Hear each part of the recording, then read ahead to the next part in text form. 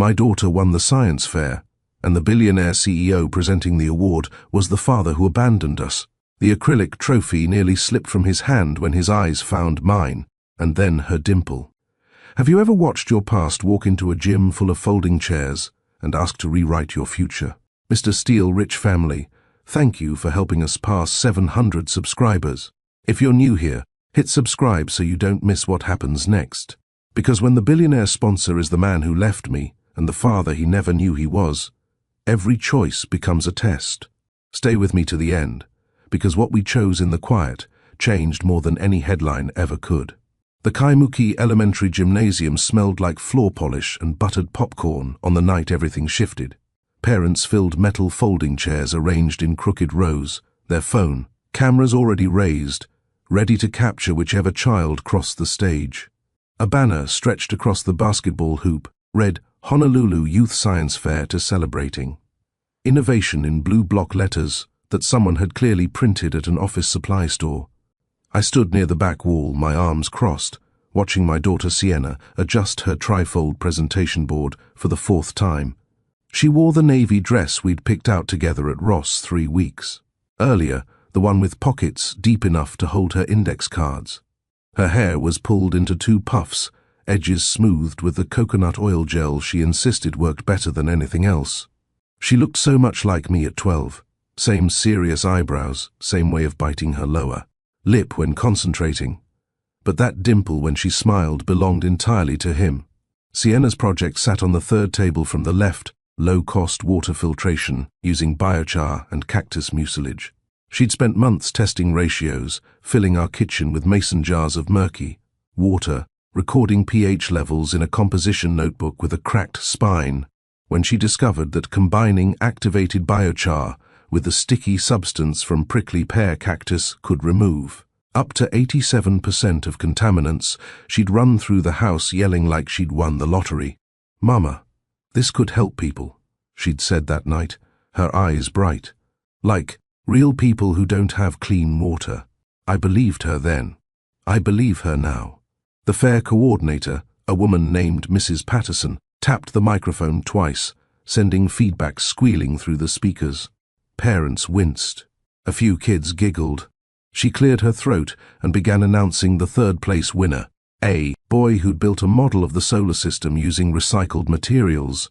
Polite applause followed him to the stage. 2nd place went to a girl who'd studied the effect of music on plant growth. More applause. Slightly louder. Then Mrs. Patterson paused, glancing down at her notes with a smile that seemed too wide, too rehearsed. "Our 1st place winner this year tackled a problem affecting millions worldwide," she said, her voice lifting with that particular brightness adults use when they want kids to feel inspired. Her project demonstrates not only scientific rigor, but genuine compassion. Ladies and gentlemen, please welcome Sienna Clark for her project on affordable water filtration. The applause swelled. I clapped so hard my palms stung, pride blooming hot in my chest. Sienna walked toward the stage with careful steps, her shoulders straight, trying not to smile too wide but failing. That dimple creased her left cheek. That's when the side door opened. 3 people stepped in, moving with the kind of quiet confidence that doesn't ask for permission. The woman in front wore a charcoal blazer and held a tablet. Behind her, a man in a fitted polo shirt carried a leather portfolio, and behind them both, taller than I remembered, his jawline sharper but his eyes exactly the same. Tristan Cale. The air left my lungs in one silent rush. He looked different. Older, yes, we both were, 9 years would do that, but also polished in a way that didn't exist back when we were 21 and dreaming in my studio apartment. His shirt probably cost more than my rent. His watch caught the gymnasium lights and threw them back like a challenge. His hair was cut close, neat, and professional. But his hands, I noticed his hands first, still moved the same way, one thumb rubbing against his palm when he was thinking. He was scanning the room, his gaze sweeping across the rows of parents and students, and I knew the exact moment he found me. His eyes stopped. His breath caught. I couldn't hear it, but I saw his chest halt mid-rise. Recognition landed like a stone dropped into still water. Then his gaze shifted just slightly to the left, to Sienna. She was on stage now, accepting the trophy from Mrs. Patterson, her grin so wide it made my heart hurt. She held the acrylic award in both hands, tilting it to catch the light, and when she looked out into the crowd searching for me, she smiled with her whole face. Tristan's expression changed. It wasn't dramatic. He didn't gasp or stumble. But I watched something move through his features. Confusion first, then calculation, then a dawning realization that made his grip tighten on the trophy he was holding. The woman in the blazer leaned toward him and whispered something. He nodded without taking his eyes off Sienna. Off our daughter. The daughter he didn't know existed. Mrs. Patterson was saying something about a special guest, about how fortunate they were to have secured sponsorship from Cale Ventures, about how Mr. Cale himself had come to present an additional scholarship opportunity to the winner. Her words blurred into noise.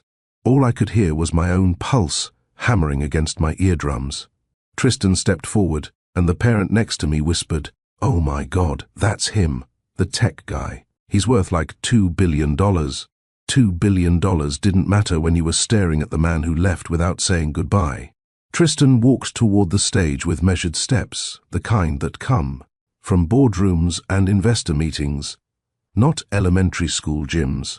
The woman in the charcoal blazer stayed 2 paces behind him, her tablet glowing. Parents shifted in their seats, craning their necks. Someone near the front row started clapping, and the applause built again, uncertain. At first, then enthusiastic as people realized they were supposed to be impressed. Sienna stood center stage, still holding her trophy, her expression caught between pride and confusion. She didn't know who this man was. Why would she? I'd shown her exactly 2 photographs of her father, both from before everything fell apart, and told her he'd moved away for work before she was born. Not a lie, technically, just incomplete. Mrs. Patterson gestured for Tristan to take the microphone.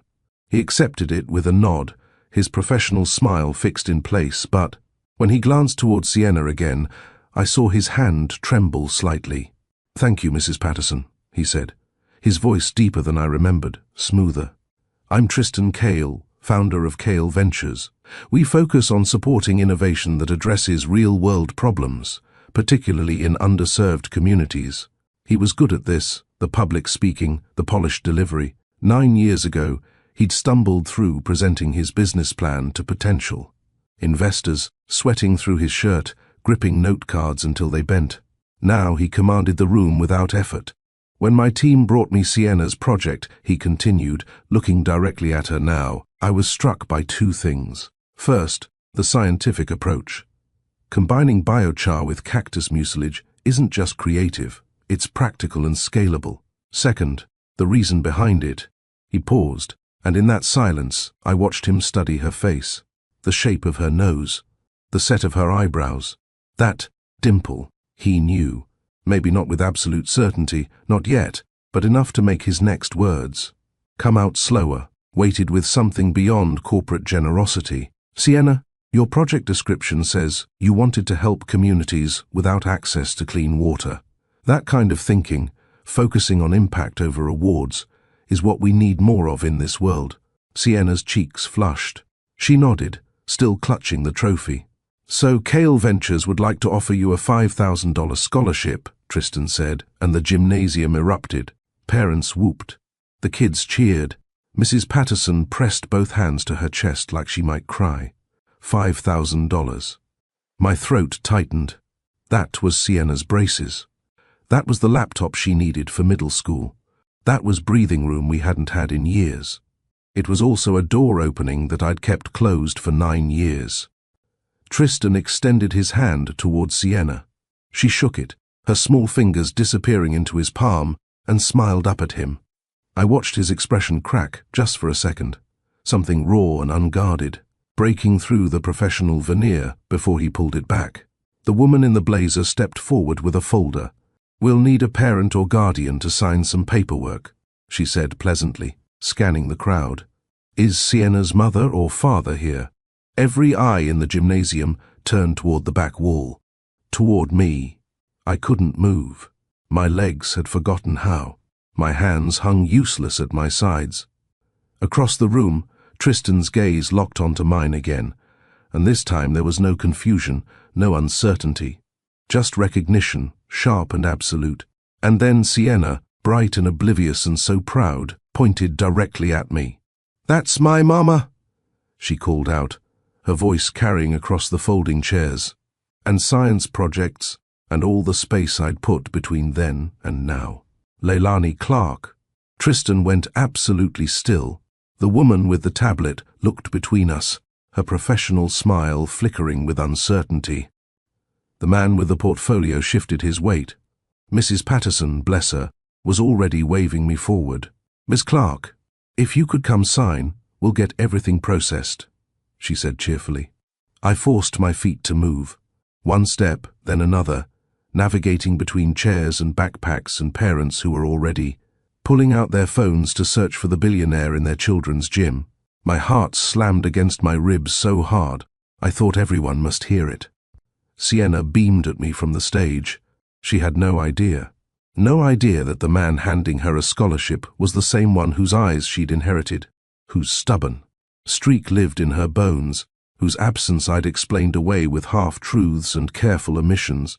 I climbed the 3 steps to the stage, my heels clicking against the wood, and stopped 2 feet from Tristan Cale. Up close, I could see the fine lines starting at the corners of his eyes. The small scar above his left eyebrow from when he'd tried to fix my ceiling fan and dropped the screwdriver. The way his cologne was different now. Expensive. Nothing like the drugstore body spray he used to wear. Leilani. My name in his mouth sounded like a question, an accusation, a prayer. Tristan. I kept my voice level, neutral, and gave him nothing. The woman with the tablet stepped between us, mercifully oblivious. "Just need a signature here, and we'll send the scholarship details to your email." She held out a pen. My hand reached for it, but Tristan moved at the same moment, and our fingers brushed against the metal clip. The contact lasted less than a second. It felt like falling. I signed my name on 3 different lines, while my daughter stood close enough for me to smell the coconut oil in her hair. My handwriting looked nothing like it usually did, tight and cramped instead of flowing. The woman with the tablet smiled, collected the papers, and stepped back. "Congratulations again, Sienna," she said warmly. "Someone from our office will reach out within the week to discuss mentorship, opportunities and how we can support your continued research." Mentorship opportunities. Continued research. The words landed like commitments I hadn't agreed to, doors opening wider with each syllable. "Thank you so much," Sienna said, her voice high with excitement. She looked up at Tristan again. "I've read about your company. You funded that water desalination project in American Samoa, right?" Of course she'd researched him. My daughter treated every topic like a science experiment. Observe, question, investigate. She'd probably spent hours reading articles after Mrs. Patterson announced the sponsorship last week. Tristan's expression softened. "That's right. We're always looking for solutions that can scale across the Pacific Islands. Your biochar approach could actually complement some of that work." "Really?" Sienna's eyes went wide. "Because I've been thinking about how to reduce production costs, and if we could source the cactus locally instead of—" "Sienna." I put my hand on her shoulder, gentle but firm. "Mr. Cale probably has other places to be." It came out sharper than I intended. Sienna blinked up at me, confused by the edge in my voice. Tristan's jaw tightened, almost imperceptibly. "Actually, I was hoping we could talk for a moment," he said, his eyes on me, not her, "about the scholarship details." Just briefly. The woman in the blazer and the man with the portfolio had already moved toward the exit, giving him space. Mrs. Patterson was busy ushering parents toward the refreshment table. The gymnasium buzzed with conversation and the scraping of folding chairs. But the 3 of us stood in a bubble of terrible, fragile silence. "Mama." Sienna looked between us, her scientist brain already working, already noticing the tension she couldn't quite name. I wanted to grab her hand and walk out. I wanted to protect her from the conversation that was coming, from the questions that would follow, from the moment when her entire understanding of her family would shift beneath her feet like sand. But I also knew had known from the second Tristan walked through that door that running would only delay the inevitable. "Baby, why don't you go show Auntie Makina your trophy?" I said, nodding toward my best friend who stood near the popcorn machine, watching us with barely concealed concern. "I'll be right there." Sienna hesitated, her gaze lingering on Tristan. Something flickered across her face, curiosity maybe, or the beginning of recognition she didn't have words for yet. Kids know things before they know them. They feel the truth before adults admit it. "Okay," she said slowly. Then, to Tristan, "Thank you again for the scholarship. You earned it," he replied, and his voice cracked just enough for me to hear. We watched her walk away, her trophy catching the overhead lights, her steps bouncing with residual excitement. The moment she reached Makina and started talking, gesturing wildly with her free hand, Tristan turned to me. 9 years, he said quietly. "She's 9, isn't she?" Not a question, a calculation. "She's 12, I corrected, my voice flat. "She'll be 13 in 4 months. His face went pale. 12, so you were, when I left you were, pregnant? "Yes." I crossed my arms. "About 10 weeks, though I didn't know it yet." The gymnasium noise faded to background static. Tristan ran his hand over his face, the gesture so familiar it hurt. I'd seen him do that 1,000 times, when he was stressed about money, about his failing startup, about whether he should take the job offer in San Francisco that would pay real money but kill the business he'd built from nothing. He'd taken the job. Left 2 days later. Called once from the airport to say he'd send for me when he got settled. He never called again. "You didn't tell me," he said finally. "You changed your number, blocked my email." The words came out cold, factual. I'd had 12 years to file down the sharp edges of my anger. What was I supposed to do, Tristan? Send a telegram? I tried to. He stopped, shaking his head. There were reasons.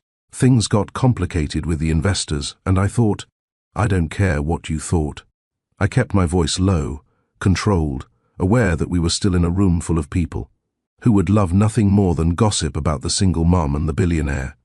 What I care about is my daughter, who is brilliant and kind, and has never asked for anything except the truth about her father.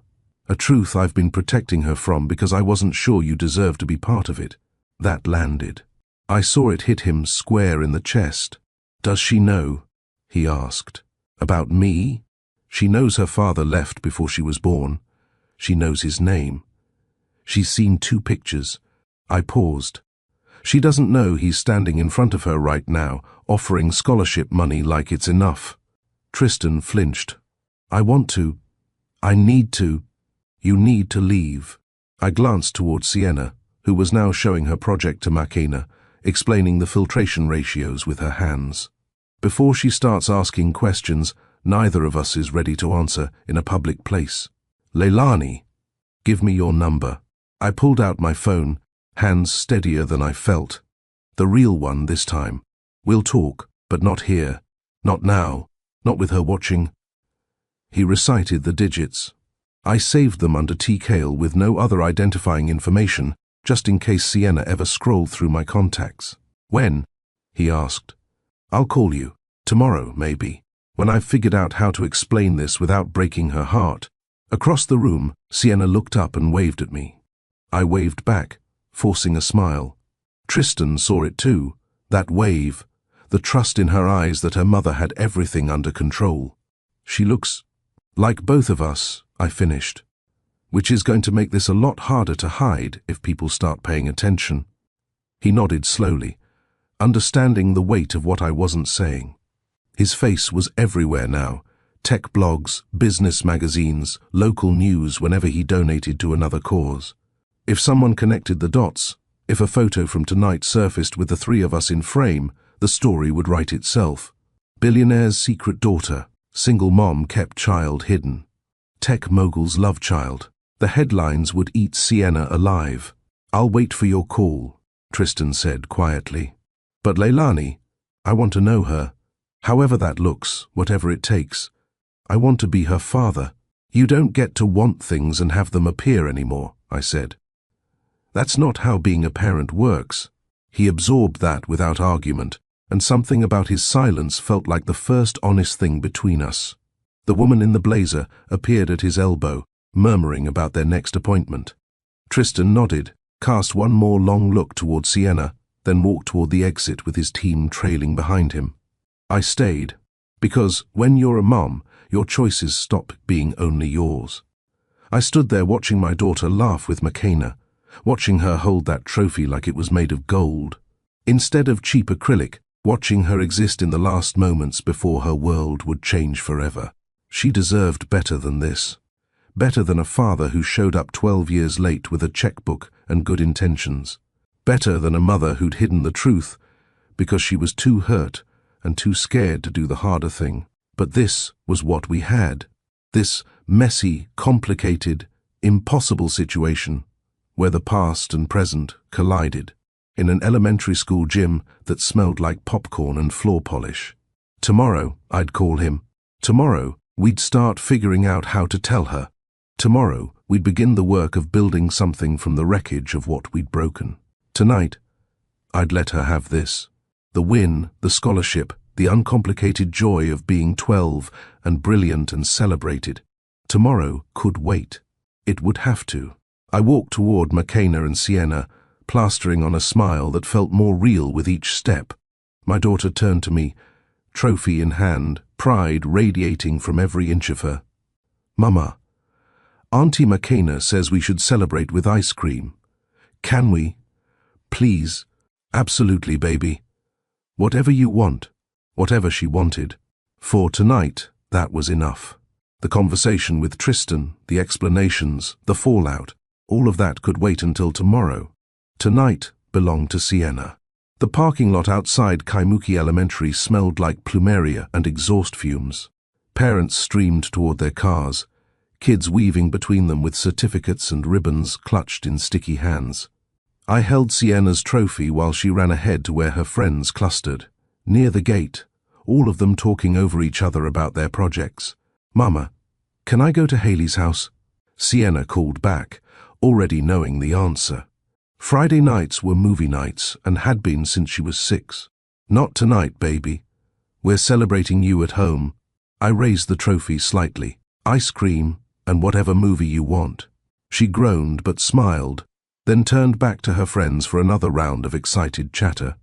I watched her from 10 feet away, the way mothers do when they need a moment to remember how to breathe. My phone buzzed in my pocket. Unknown number, but I knew exactly who it was. Please, just coffee. 1 hour. You name the place. I shouldn't have saved his number. Shouldn't have expected him to wait until tomorrow like I'd said. Men like Tristan Cale, men who'd built empires from failed startups and investor pitch decks, didn't wait well. I typed back with shaking thumbs, Cocoa Head Cafe. Tomorrow morning. 9 a.m. Come alone. But 3 dots appeared immediately. Then, I'll be there. I deleted both messages and shoved the phone back into my pocket. Mama! Sienna jogged back to me, slightly out of breath. Haley says Mr. Cale donated to her school too. He built them a whole computer lab. Do you think he'll really help with my project?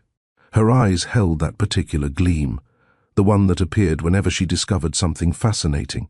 The same look she'd had when she first saw bioluminescent plankton at Lanikai Beach, or when she figured out that vinegar and baking soda created carbon dioxide, or when she realized that asking why 3 times usually got to the real answer. Maybe, I said carefully, but your project is already amazing, with or without his help. I know. She took the trophy from my hands, turning it to watch the light refract through the cheap acrylic. But think about it, Mama.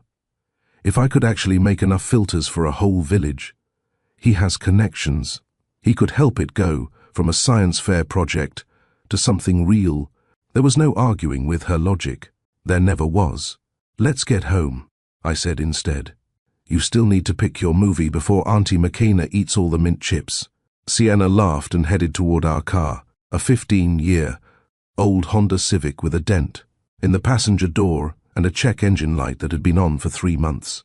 As I unlocked it, I caught sight of a black Tesla pulling out of the far end of the lot, windows tinted dark enough to hide whoever sat inside. But I knew he'd stayed to watch her, to see her smile one more time before disappearing into whatever five-star hotel he was staying at. Whatever world he'd built that looked nothing like the cramped apartment we'd shared when we were young and broke and convinced that love could survive anything. I was wrong then. I couldn't afford to be wrong now. We drove home through Friday night traffic, Sienna chattering about the other projects and which judges asked the hardest questions. She didn't notice my white-knuckled grip on the steering wheel or the way. I kept checking the rearview mirror like the past might be following us. By the time we got home, McKenna was already there with 3 pints of ice cream and a bag of microwave popcorn. She took one look at my face and knew something had happened beyond the science fair win. Movie time, she announced to Sienna. You pick while I talk to your mama for exactly 2 minutes. Sienna disappeared into the living room, already scrolling through streaming options on her tablet. McKenna pulled me into the kitchen. What happened? She whispered. Tristan Cale is Sienna's father. McKenna's eyes went wide. The billionaire? The one who gave her the scholarship? He didn't know about her. Until tonight. The words tumbled out faster now. He saw her, he saw me, and he figured it out. Just like that. 9 years of keeping it separate, and it all came crashing down in an elementary school gym. Olé. McKenna grabbed my hands. What are you going to do? I don't know. We're meeting tomorrow to talk, to figure out. I stopped, the weight of it crushing down. To figure out how to tell her that her father isn't some distant memory who moved away. He's here, he's real, and he wants to know her. Do you want him to know her? The question cut straight to everything I'd been avoiding. I don't know, I admitted. I don't know if I can trust him. I don't know if this is good for Sienna, or if it's just going to break her heart when he leaves again. Then find out tomorrow, McKenna said firmly. Meet him, ask the hard questions, and decide based on what he does, not what he did 9 years ago. Sound advice. Terrifying, but sound. Coco Head Cafe sat wedged between a yoga studio and a vintage clothing shop in a neighborhood. That had gentrified just enough to serve $12 avocado toast, but not enough to lose its soul. I arrived at 8:45, early on purpose, and claimed the corner table furthest from the windows.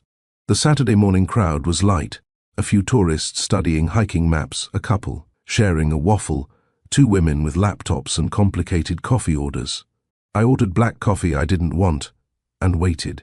Tristan walked in at exactly 9 o'clock wearing jeans and a plain white T-shirt, and somehow that felt worse than the expensive polo from last night. This was the version of him I remembered, casual, understated, the boy who used to meet me at places exactly like this to split a muffin and plan a future we never got to build. He spotted me immediately. No hesitation, no scanning the room. He walked straight to my table and sat down without asking permission. Thank you for meeting me, he said. You have 55 minutes. I checked my phone deliberately. Sienna thinks I'm at the farmer's market. A shadow crossed his face at her name, but he nodded. Fair enough. The barista called out a drink order. Someone laughed too loudly near the counter. Normal cafe sounds. Normal Saturday morning. Everything completely normal, except the fault line cracking open between us. I didn't sleep, Tristan said quietly. I kept thinking about math. When I left, you would have been about 10 weeks pregnant. I wrapped both hands around my coffee mug, even though it was too hot. I didn't know yet. Found out about 2 weeks after you stopped answering my calls. He absorbed that like a physical blow. I changed my number because I don't need the reasons anymore, Tristan. I needed them 9 years ago when I was 21 and terrified and trying to figure out how to finish community college while growing as a human. Now, I shook my head. Now, I just need to know what you want. He stopped, recalibrated. I need to know why you didn't find a way to tell me. My parents still live in the same house. My sister's number never changed. You could have what? Tracked down your family to announce that the son who'd just landed a 6-figure job in San Francisco had gotten his girlfriend pregnant before ghosting her? The bitterness leaked through despite my best efforts. Your mom already thought I wasn't good enough for you. Showing up pregnant and abandoned would have just confirmed it. She never said that. She didn't have to. I took a sip of coffee, using the moment to steady myself. But this isn't about me and you. This stopped being about us the second she was born. Tristan leaned forward, his hands flat on the table. Is she mine? The question hung between us, formal and terrible and necessary. Yes. The word landed and settled. Tristan closed his eyes, his breath leaving in one long exhale. When he opened them again, they were wet. I have a daughter, he said, like he was testing the sentence, trying to make it real. You have a daughter who has lived 12 years without you, who learned to ride a bike while I jogged beside her because there was no one else, who asked me every Father's Day why hers didn't want to know her. My voice stayed level, factual. So before you start thinking about softball games and college funds, you need to understand what you're walking into. Tell me. She's brilliant, relentless. She doesn't accept simple answers. She wants data, evidence, proof. She'll test you without meaning to. I paused. And she'll ask why you left. Not today, maybe not next week, but eventually she'll ask. And you'd better have an answer that doesn't destroy her. Tristan dragged both hands through his hair. That old familiar gesture. I don't have a good answer, Leilani. The job was supposed to be temporary. 6 months, maybe a year, then I'd have enough saved to come back and launch the company properly. But the investors wanted me on site. Then there was the acquisition offer, and everything moved so fast. You had time to change your number, but not to send a text. The words came out flat, empty of accusation, because I'd said them to myself 1,000 times already. You made a choice. Maybe you didn't know about Sienna, but you knew about me, and you chose anyway. He didn't argue. Couldn't, probably. I was a coward, he said finally. I thought cutting contact would be cleaner than admitting I didn't know how to do both, build the company and keep us. I convinced myself you'd be better off without me dragging you through the chaos. I was already in the chaos, Tristan. I just had to survive it alone. The couple sharing a waffle got up and left. A new customer ordered something with oat milk and extra cinnamon. The cafe kept moving around us while we sat in the wreckage of 9 years. I can't fix what I did, Tristan said quietly. I can't give you back those years or make the hurt disappear, but I'm begging for a chance to know her, to be what she needs going forward, even if I can't change the past. This was the moment I'd rehearsed 100 different ways since last night. The anger I'd carried, the speeches I'd prepared, the boundaries I'd sworn I'd enforce. But sitting across from him, watching his hands shake slightly against the table, I remembered something I'd nearly forgotten. Tristan Cale had always been genuine. Flawed, yes. Capable of hurting people, absolutely. But never fake, never manipulative. He meant this. That didn't mean I trusted it. I need to know you're serious, I said. Not billionaire serious, where you throw money at problems. Actually serious. Because if you walk into her life and leave again, it won't be me you destroy. It'll be her. I'm not leaving. You say that now. I leaned back, arms crossed. But what happens when the board needs you in Singapore for 3 months? When some acquisition deal demands your attention? Sienna won't fit neatly into your calendar between investor meetings. Then I'll figure it out. His jaw set in that stubborn line I recognized. I'll move meetings, fly back weekends, hire people to handle whatever can be handled remotely. I built a company from nothing, Leilani. I can build a schedule that puts my daughter first. She's not a business problem you can optimize. I know that. Frustration bled into his voice. I'm not trying to. Look, I don't know how to be a father. I don't have a template for this. But I know how to show up and keep showing up until I figure it out. I studied his face, looking for cracks in the certainty, for hints of the man who'd disappeared with promises he never kept. What I found instead was fear underneath the determination, raw and honest and completely unpolished. He was terrified. Good. He should be. She asks hard questions, I said, about everything. Climate change, social justice, why some kids have clean water and others don't. If you can't handle being challenged by a 12-year-old, this won't work. I can handle it, She'll want to know why you never called. Why didn't you send birthday cards or show up for school events? Why did she have to watch other kids' dads at science fairs while hers was busy becoming a billionaire? Tristan flinched but held my gaze. What did you tell her about me? The truth. That you moved away for work before she was born. Those things between us didn't work out. That it wasn't her fault. I paused. I never said you didn't want her because I didn't actually know if that was true. You might have wanted her if you'd known, but you didn't know because you made yourself unreachable. If I could go back, you can't. None of us can. I softened slightly, exhaustion replacing anger. So the question isn't what you would have done differently, it's what you're going to do now. He sat forward, urgent. Let me meet her, properly, not as the billionaire sponsor, as... He struggled with the word, as her father. Or as someone who wants to be. She doesn't know you're her father. Then tell her. He said it like it was simple. It's not that easy, Tristan. I can't just drop that information on her and hope she processes it okay. She'll have questions I can't answer, feelings I can't predict. And if this goes badly, if you hurt her, I will never forgive you. Never. The threat hung between us, absolute. I understand, he said. What do you need from me? Finally, the right question. I pulled out my phone and opened the Notes app where I'd listed everything at 3 in the morning, while Sienna slept down the hall, oblivious to the earthquake coming. First, we tell her together, I said. Not you, not me alone. Together, so she sees we're on the same page about this. Tristan nodded.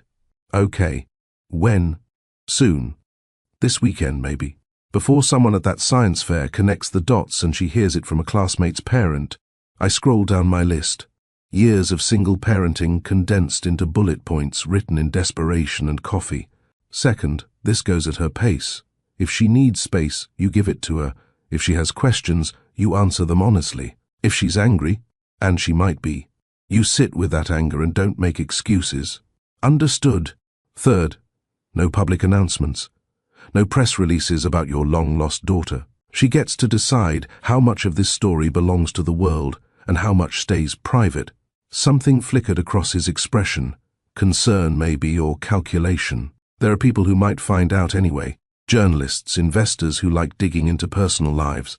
I can't control every... Then you protect her from it. My voice went hard. You have lawyers and PR people and all the resources money can buy. Use them to keep her out of the headlines, not to craft some redemption narrative for yourself. He absorbed that without argument. What else? You don't try to buy her affection. No expensive gifts, no trips to Disneyland, no unlimited credit cards. She's 12, Tristan. She needs consistency, not compensation. I wasn't going to... Yes, you were. Maybe not consciously, but you were already thinking about how money could smooth this over. It can't. I locked my phone and set it on the table between us. What she needs is time. Your actual presence. Showing up even when it's inconvenient or uncomfortable. That's what fathers do. The word, fathers, seemed to hit him differently this time. He sat back, processing. Where do we do this? He asked quietly. Where do I meet her? Your place? Mine? Neutral ground. I'd thought about this too, scrolling through options while the ceiling fan circled above my bed. There's a community garden near the university. Sienna volunteers there sometimes, helping with the youth plots. It's public enough that she'll feel safe, private enough that we can talk without an audience. A garden. He almost smiled. She really does care about environmental stuff. It's not a phase. It's who she is. I felt the familiar swell of pride. She wants to fix things, make the world better. She gets frustrated when adults talk about problems without actually solving them. She gets that from you. The observation landed softer than I expected. I didn't confirm or deny it, just checked the time. 42 minutes had passed. Next Saturday, I said, making the decision even as doubt clawed at my throat. 1 week from today, 2 in the afternoon. I'll tell her during the week that there's something important we need to discuss. Prepare her without explaining everything. Next Saturday, Tristan repeated, and the word sounded like a promise and a plea. "I'll be there. I swear I'll be there. You'd better be. Because if you don't show up, if you do this to her twice—" I stood, gathering my phone and keys. "There won't be a third chance." I left him sitting at the table with cold coffee and the weight of 12 years pressing down on his shoulders. The clock had started. 1 week to figure out how to tell my daughter that her father wasn't a distant memory but a living, breathing person who wanted back into her life. 1 week to prepare for everything to change. 1 week until there was no going back. I walked to my car in the morning sunshine, got in, locked the doors, and let myself shake for exactly 3 minutes. Then I drove to the farmer's market like I'd told Sienna I would, bought the mangoes she loved and the fresh basil I didn't need, and went home to the daughter who still trusted that I had all the answers. 7 days. That's all I had left before the truth became unavoidable. Saturday morning arrived with a kind of sunshine that made Honolulu postcards look honest. I woke at 6:30 to find Sienna already awake, sitting cross-legged on the living room floor surrounded by index cards covered in her small, precise handwriting. "State competition prep," she explained without looking up. "Mrs. Patterson says they'll ask follow-up questions about scalability and cost analysis. I need to be ready." The state science fair was 3 weeks away. 3 weeks that suddenly felt impossibly far and dangerously close at the same time. I made breakfast while she practiced her presentation to an audience of our ancient couch and the philodendron plant she'd named Dr. Leaf. Scrambled eggs with Portuguese sausage, rice left over from last night, sliced mango arranged on the plate the way she liked. Our Saturday ritual, unchanged for years. "Mama, if I get to state, do you think Mr. Cale's company would sponsor travel costs?" Sienna asked between bites. Mrs. Patterson said sometimes winners need help getting to the mainland if they qualify for nationals. I focused on my coffee, buying time. "Maybe. We'll cross that bridge when we get there. You always say that when you mean probably not, but I don't want to disappoint you." She grinned, mango juice on her chin. "I know your translations now. Too smart." She'd always been too smart. After breakfast, I drove to Pearl City to pick up flyers for the community center fundraiser I'd been coordinating. Another side hustle that brought in just enough to keep the electricity on and Sienna's growing feet in shoes that fit. The print shop smelled like ink and paper, familiar and grounding. I checked every flyer for errors I knew wouldn't be there, just to have something to do with my hands. The owner, Uncle Ray, handed me the box with a smile. "How's our science star?" Saw the post on the school's Facebook page. "Big scholarship, yeah?"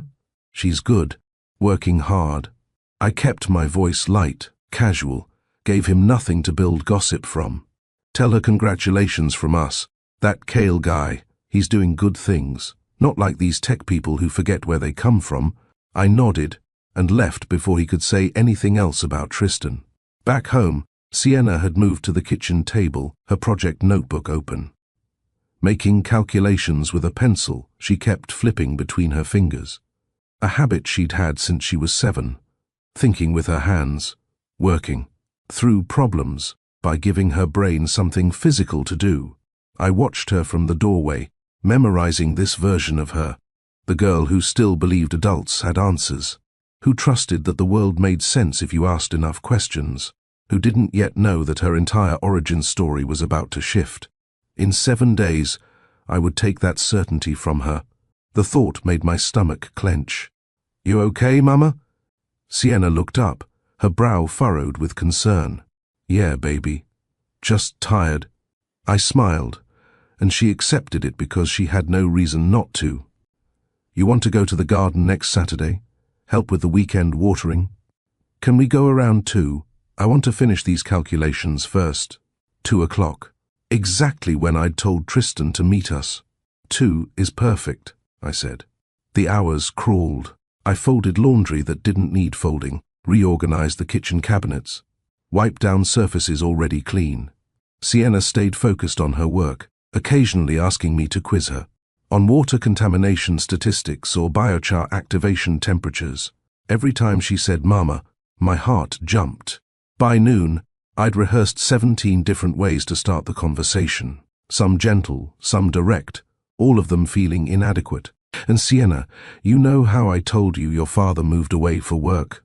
Too casual, like I was correcting a minor misunderstanding instead of rewriting her history. There's something important I need to tell you about your dad. Too ominous. She'd panic before I got to the actual words. Remember Mr. Cale from the science fair? Too abrupt. No preparation, no softness. I sat on the edge of my bed, staring at my phone, pulling up Tristan's contact for the 15th time. I could cancel. Text him that I'd changed my mind, that Sienna wasn't ready, that we needed more time. But time for what? To make this easier. There was no version of this conversation that didn't hurt. McKenna called at 12:30, her face filling my screen with concern I hadn't asked for but desperately needed. Have you told her yet? She asked, without preamble. Telling her next Saturday, at the garden. I kept my voice low, even though Sienna was in the other room with headphones on. You want me there? No. This needs to be just us. Me, her, and... I couldn't quite say his name. Him. McKenna was quiet for a moment. Are you sure about this? About letting him in? No. But what's the alternative? He knows about her now. She deserves to know about him. Keeping it secret just protects me, not her. You've protected her for 12 years. That's not nothing. I protected her from abandonment, from wondering why she wasn't enough to make him stay. I rubbed my eyes, exhaustion pressing down. But now he's here, and he wants to try.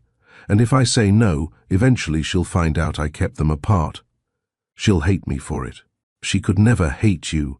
You don't know that. She asks hard questions, Keena. She'll want to know why I didn't tell her the second I knew he was back. Why didn't I give her the choice? Because you're her mother, and sometimes mothers have to make impossible calls. McKenna's voice went firm. You did what you thought was right. That's all anyone can do. I wanted to believe her. What if this breaks her? I whispered. What if it doesn't? What if she's stronger than you think? That was the fear underneath the fear. Not that Sienna would crumble, but that she wouldn't need me the same way anymore. That introducing Tristan would mean sharing her, diluting the bond we'd built when it was just us against everything. Selfish. I knew it was selfish. I told her anyway. After McKenna hung up, I stood in the hallway outside Sienna's room, listening to her hum while she worked. Some pop songs I didn't recognize, slightly off-key, completely unself-conscious. I turned toward my own bedroom and opened the closet, reaching past shoes and storage bins, to the back corner where I kept things I couldn't throw away but couldn't look at either. The shoebox was brown, ordinary, the kind that had once held a pair of Target sandals. I pulled it down and sat on the floor with it in my lap, not opening it yet. Inside were the artifacts of early motherhood, Sienna's hospital bracelet, so small it looked fake. Her first drawing, brown crayon scribbles I'd insisted were a masterpiece. A lock of hair from her first haircut. Ultrasound photos where she looked like a blob with a heartbeat. Every birthday card I'd signed from Mama with no second signature beside it. And underneath everything, in an envelope I'd addressed but never sent, the letter. I'd written it when Sienna was 3 months old, during one of those midnight feeding sessions when exhaustion made everything feel both impossible and crystal clear. 22 pages, front and back, telling Tristan everything. About the pregnancy, the birth, the way she had his nose and my stubborn streak. About how scared I was, how angry, how despite everything I wished he could see her smile. I'd carried that letter to the post office twice. Stood in line, stamp ready, address checked and rechecked. Never mailed it. Because sending it meant admitting I still cared what he thought. Meant opening a door I'd been trying to seal shut. Meant risking that he'd read 22 pages about his daughter and still choose not to come. The envelope was yellowed now, the ink slightly faded. I held it without opening it. I didn't need to read the words. I remembered every single one. Dear Tristan, you have a daughter. The rest poured back in painful detail. The hope threaded through anger, the vulnerability I'd been too young to hide, the plea buried in every paragraph. Please come back. Please meet her. Please choose us this time. He never got the chance to choose because I never gave him the option. I put the letter back in the box, under the ultrasound photos, and returned it to the closet corner. Some doors needed to stay closed. That version of me, desperate and hopeful and convinced that love could fix abandonment, didn't exist anymore. I'd built myself into someone stronger, someone who didn't wait for rescue. Now I had to figure out if that strength was enough to survive what came next. Sienna knocked on my doorframe. "Mama, it's almost 1:30. Should we start heading to the garden?" I stood, brushed dust from my jeans, and nodded. "Let me grab my keys." The drive to the community garden took 12 minutes through weekend traffic. Sienna sat in the passenger seat scrolling through research articles on her phone, occasionally reading interesting facts aloud. "Mama, did you know that biochar can sequester carbon for up to 1,000 years? That means every filter I make could help with climate change too, not just water access. That's amazing, baby." My hands gripped the steering wheel tighter than necessary. She went back to reading, oblivious to the way my heart hammered against my ribs. I'd made my decision somewhere between finding the letter and watching Sienna knock on my door. I wouldn't ambush her with this, wouldn't sit her down and drop the information like a bomb she had no choice but to absorb. Instead, I'd tell her the truth, all of it, and let her decide what came next. If she wanted to meet Tristan today, we'd stay. If she needed time to process, we'd leave and reschedule. If she was angry and wanted nothing to do with him, I'd support that too, even if it meant explaining to a billionaire that his daughter had chosen to walk away. Her agency mattered more than his feelings, more than my guilt, more than the scholarship money or mentorship opportunities or any benefit his presence might bring. Sienna was a person, not a problem to solve. She deserved to be treated like one. We pulled into the gravel parking lot beside the garden gates. The space was mostly empty, a few cars belonging to the weekend volunteers, nothing that looked like it cost 6 figures. Maybe Tristan had taken me seriously about coming alone. Maybe he'd hired a modest rental instead of arriving in whatever luxury vehicle he probably drove. Or maybe he wasn't coming at all. The thought brought both relief and rage in equal measure. Sienna hopped out, already heading toward the tool shed where we kept our gloves and watering cans. I followed slower, scanning the garden plots for any sign of him. "Mama, come on," Sienna called back. "The tomatoes are probably dying." The garden sprawled across half an acre, divided into raised beds and community plots. Sienna had claimed a small corner last year where she grew vegetables she donated to the food bank: cherry, tomatoes, cucumbers, green beans that climbed a trellis we'd built from bamboo stakes and garden twine. I found her already inspecting the tomato plants, checking for pests and pulling a few weeds. Normal. Everything is completely normal, except for the man standing near the gate, watching us with an expression caught between hope and terror. Tristan had come early. What would you do? Tell your teen now, or wait for the right moment? Comment, "Tell her," or "Wait," and drop why. I'm pinning thoughtful takes. I saw him before Sienna did. He stood just inside the garden gate, wearing jeans and a faded university t-shirt, looking more like the boy I'd known than the billionaire from the science fair. No entourage, no Tesla visible in the parking lot. Just him, alone, 15 minutes early and visibly nervous. Our eyes met across the garden beds. He didn't wave or smile or move closer, just stood there, waiting for permission to exist in this space. I appreciated the restraint, even as my stomach twisted. Sienna was still focused on her tomatoes, explaining to them why they needed to produce more fruit. She talked to her plants like they were students in her classroom, patient but firm. It would have been funny if my entire world wasn't about to shift on its axis. "Sienna," I said quietly. She looked up, dirt already under her fingernails. "Yeah? Come sit with me for a second. There's something we need to talk about." Her expression shifted immediately, concern replacing contentment. Kids know that tone. The serious one that means everything's about to change. "Am I in trouble?" she asked, already running through possibilities. "No, baby, nothing like that." I walked to the wooden bench near her plot and sat down. "Just come here." She followed, slower now, her scientist brain already working through variables. When she sat beside me, I could feel her tension, the questions building before I'd said a single word. You know how I've always told you that your father moved away for work before you were born? I started, my voice steadier than I felt. Yeah, cautious now, guarded. That's true. But there's more to the story. I took a breath. He didn't know I was pregnant when he left. I found out after, and by then, he'd changed his number, and I couldn't reach him. Sienna processed this, her face serious.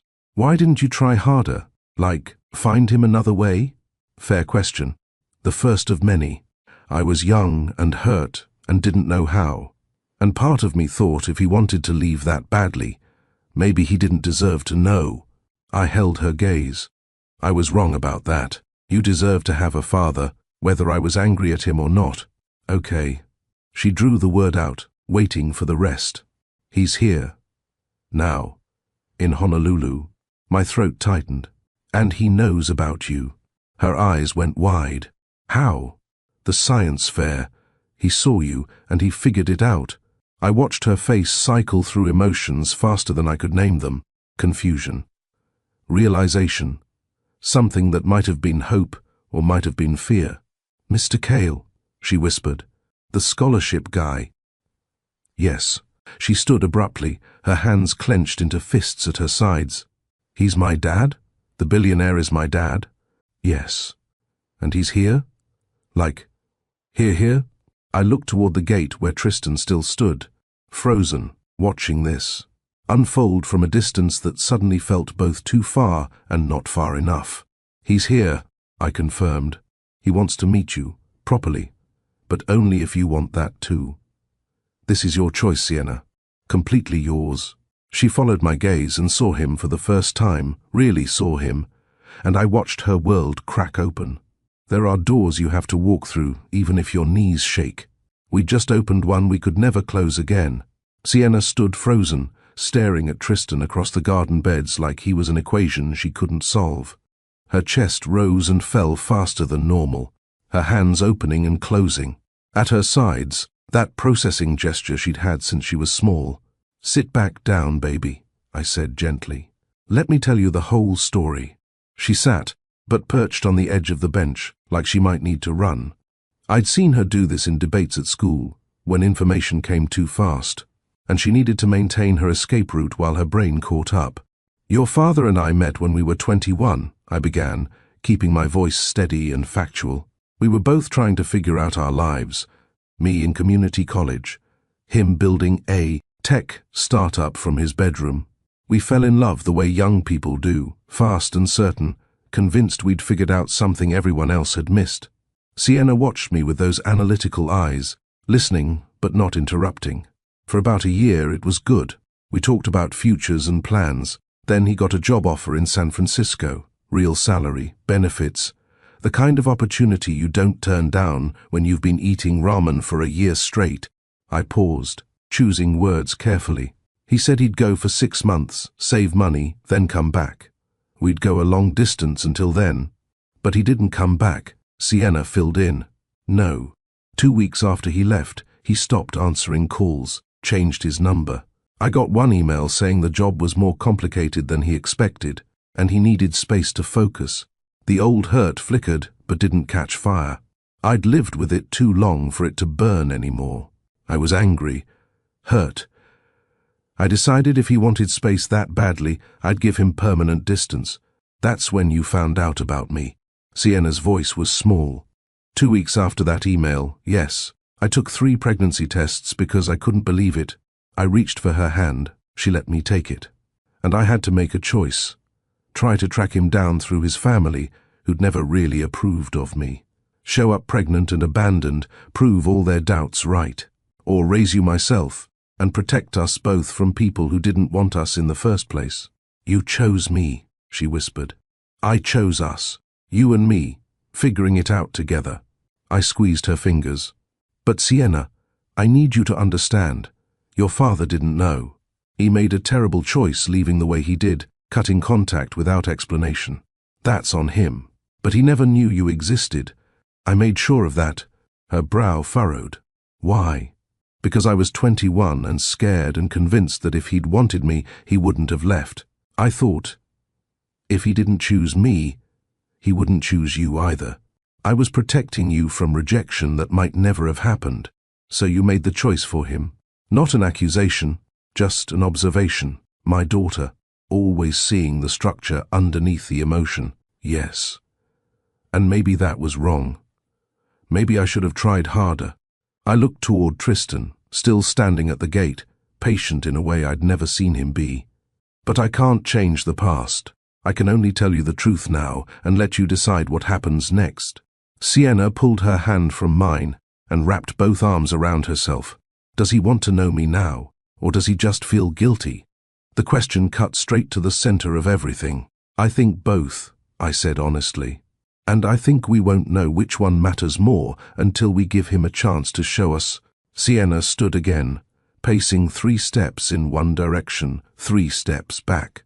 Her thinking walk, the one she did when a problem had too many variables to solve sitting still. He's a billionaire, she said, talking through it aloud. He funds science projects and builds computer labs and probably has like 17 assistants. Probably, I agreed. And he just, what? Saw me at the science fair and recognized me. He saw your dimple, same as his. Then he did the math. She touched her left cheek absently, the dimple invisible when she wasn't smiling. So he's known for what, a week? Since last Friday night. And now he wants to be my dad. She stopped pacing, turned to face me. Just like that.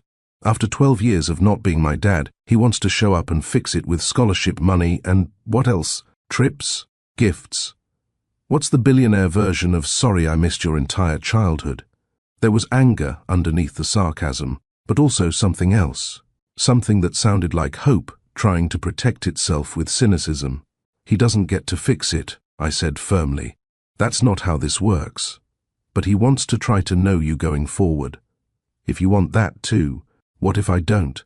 What if I say no thanks, keep your scholarship, I'm good with just you? My heart cracked a little. Then that's what we do. You don't owe him anything, Sienna. Not forgiveness, not a relationship, not even politeness if you don't feel it. She absorbed this, her jaw working the way it did when she was fighting tears. What if I want to meet him but I'm also really mad? Then you're honest about both. You get to feel complicated things. You get to take this slow or not at all. Slow, she said immediately. If I do this, it has to be slow, like growing plants. You don't just throw seeds in dirt and expect tomatoes the next day. You water them, give them sun. Wait for the roots to establish before you expect fruit.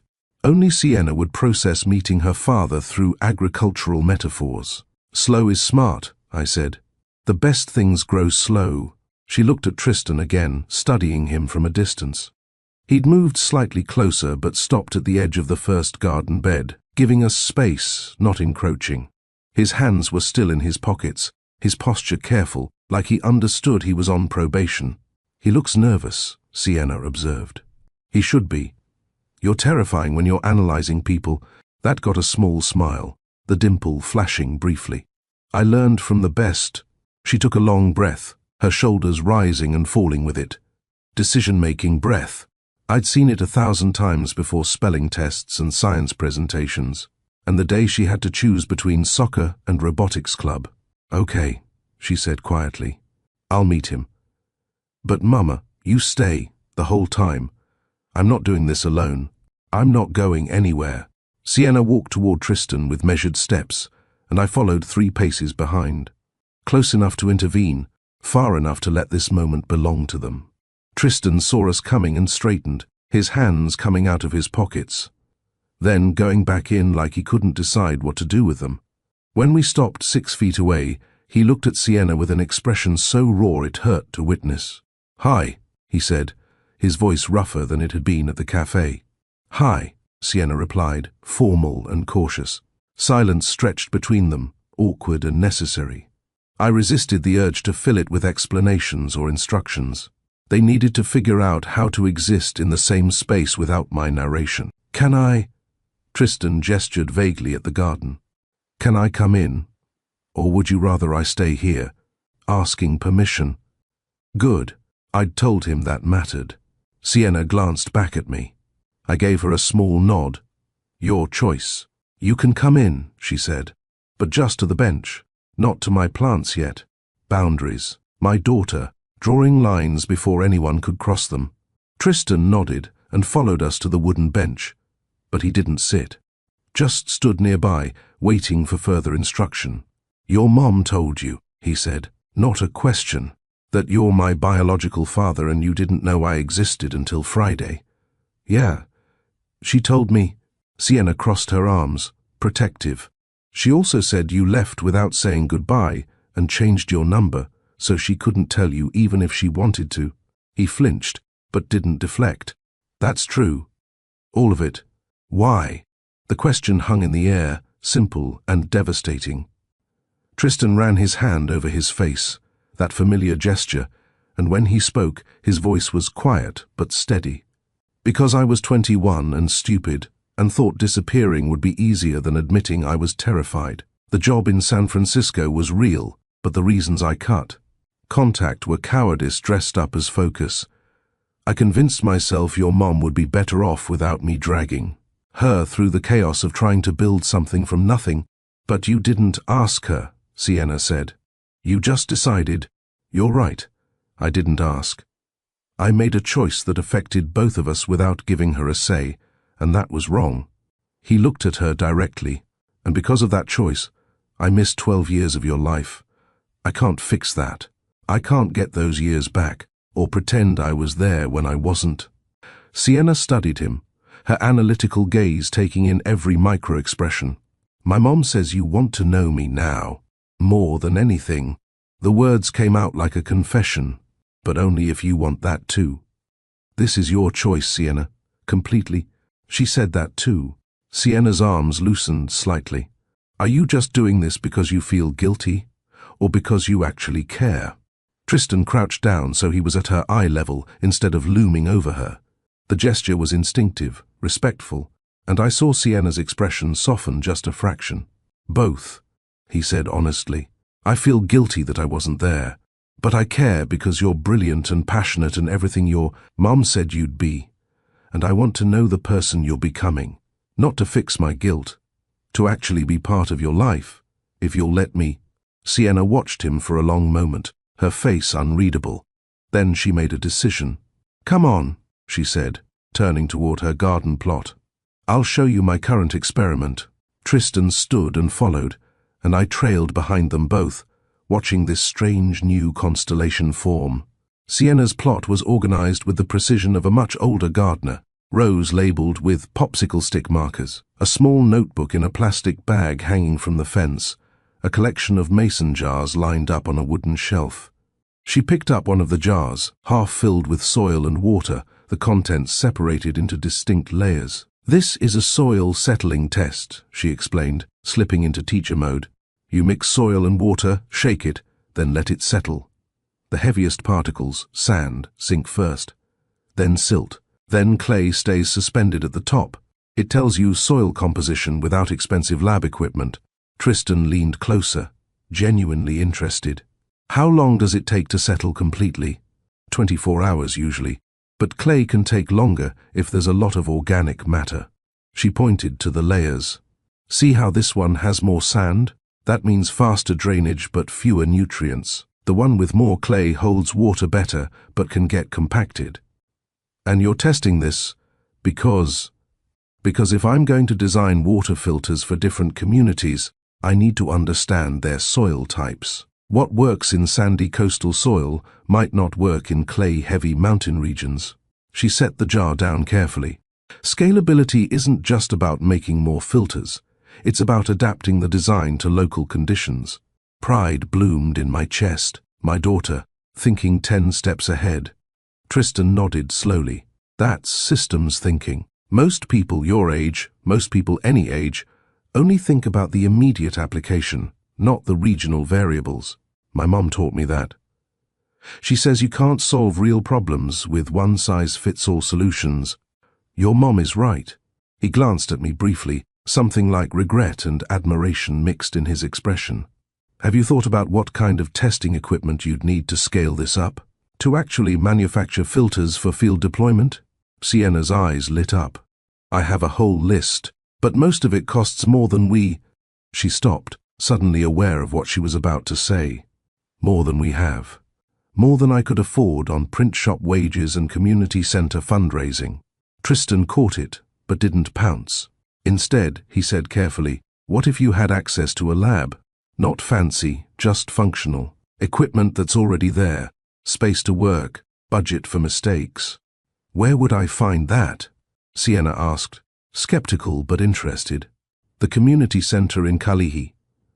My company funded their STEM space 2 years ago. It's open to youth projects, especially ones focused on environmental solutions. He pulled out his phone, scrolled briefly, then showed her a photo. There's testing equipment, computer stations for modeling, even a small fabrication area for prototypes. Sienna looked at the photo, then at me. Question in her eyes, is this okay? Can I want this? I nodded.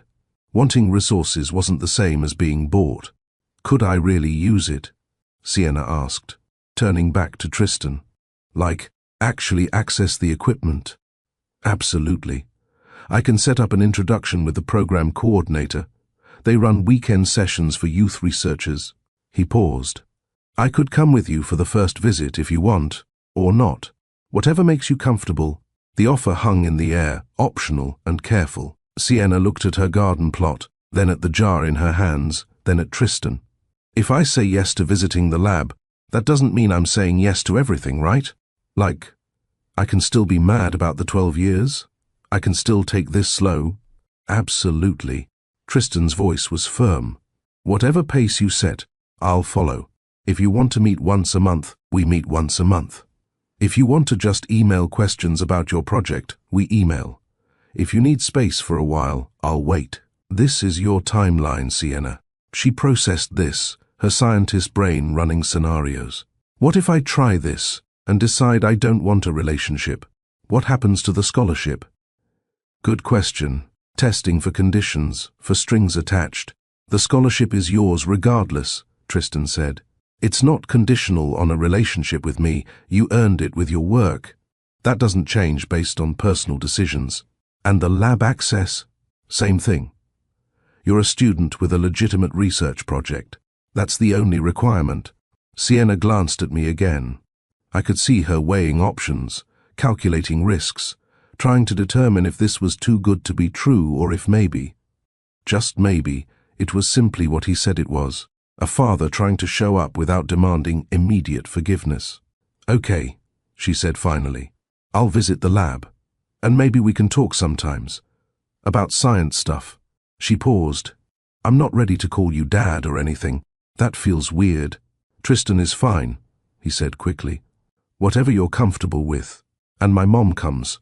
To the lab, to any meetings, to everything. I'm not doing one-on-one stuff yet. Of course. He looked at me when he said it, acknowledging the boundary. Sienna nodded, satisfied that her terms had been heard. The best things grow slow, she said, repeating what I'd told her earlier. That's what my mom says about plants. I think it's probably true about people too. Probably, Tristan agreed, and something in his expression cracked open.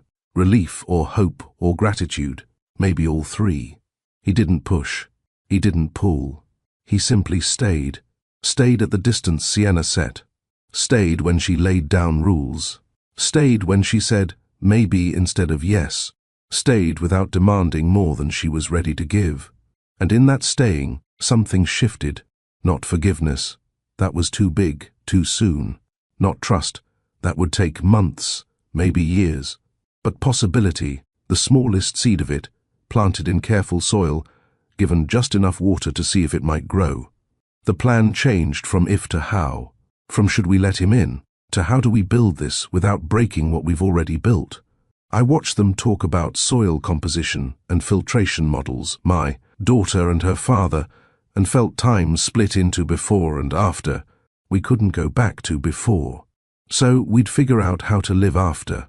The Kalihi Community Center STEM lab smelled like solder and possibility. Sienna stood at a workbench covered in copper wire, mesh screens, and her ever-present notebook, explaining tensile strength to two younger kids who'd wandered over to see what she was building. See, if the wire is too thin, water pressure will bend it, and the whole filter structure collapses, she said, holding up two different gauges. But if it's too thick, it costs more and weighs too much for portability. You have to find the balance point. The kids nodded like they understood, even though they probably didn't. Sienna had that effect. Her certainty made people believe she knew exactly what she was talking about. Usually she did. Tristan sat 3 workbenches away, supposedly reviewing something on his laptop, but actually watching Sienna teach. He'd been doing that a lot over the past 2 weeks. Showing up, staying quiet, observing from the margins like he was afraid taking up too much space would make her change her mind about letting him exist in her orbit. I appreciated the restraint even as it made me sad. This version of Tristan, careful, deferential, constantly seeking permission, was so different from the confident boy who'd once convinced investors to fund a company that existed only in his imagination. Fatherhood had made him small in a way business never had. Mr. Cale, one of the program coordinators, a young woman named Jasmine, approached his table with a tablet. The fabrication printer is giving an error code again. Can you look at it? He stood immediately. Sure. Which one? The Prusa. Kids were trying to print support for a robotics project, and it just stopped mid-layer. Tristan followed her to the 3D printer station, and I watched him troubleshoot with the same focus he probably gave board meetings. He'd been coming to the center every Saturday for 2 weeks, officially as a donor checking on his investment, unofficially as a father trying to learn the shape of his daughter's world.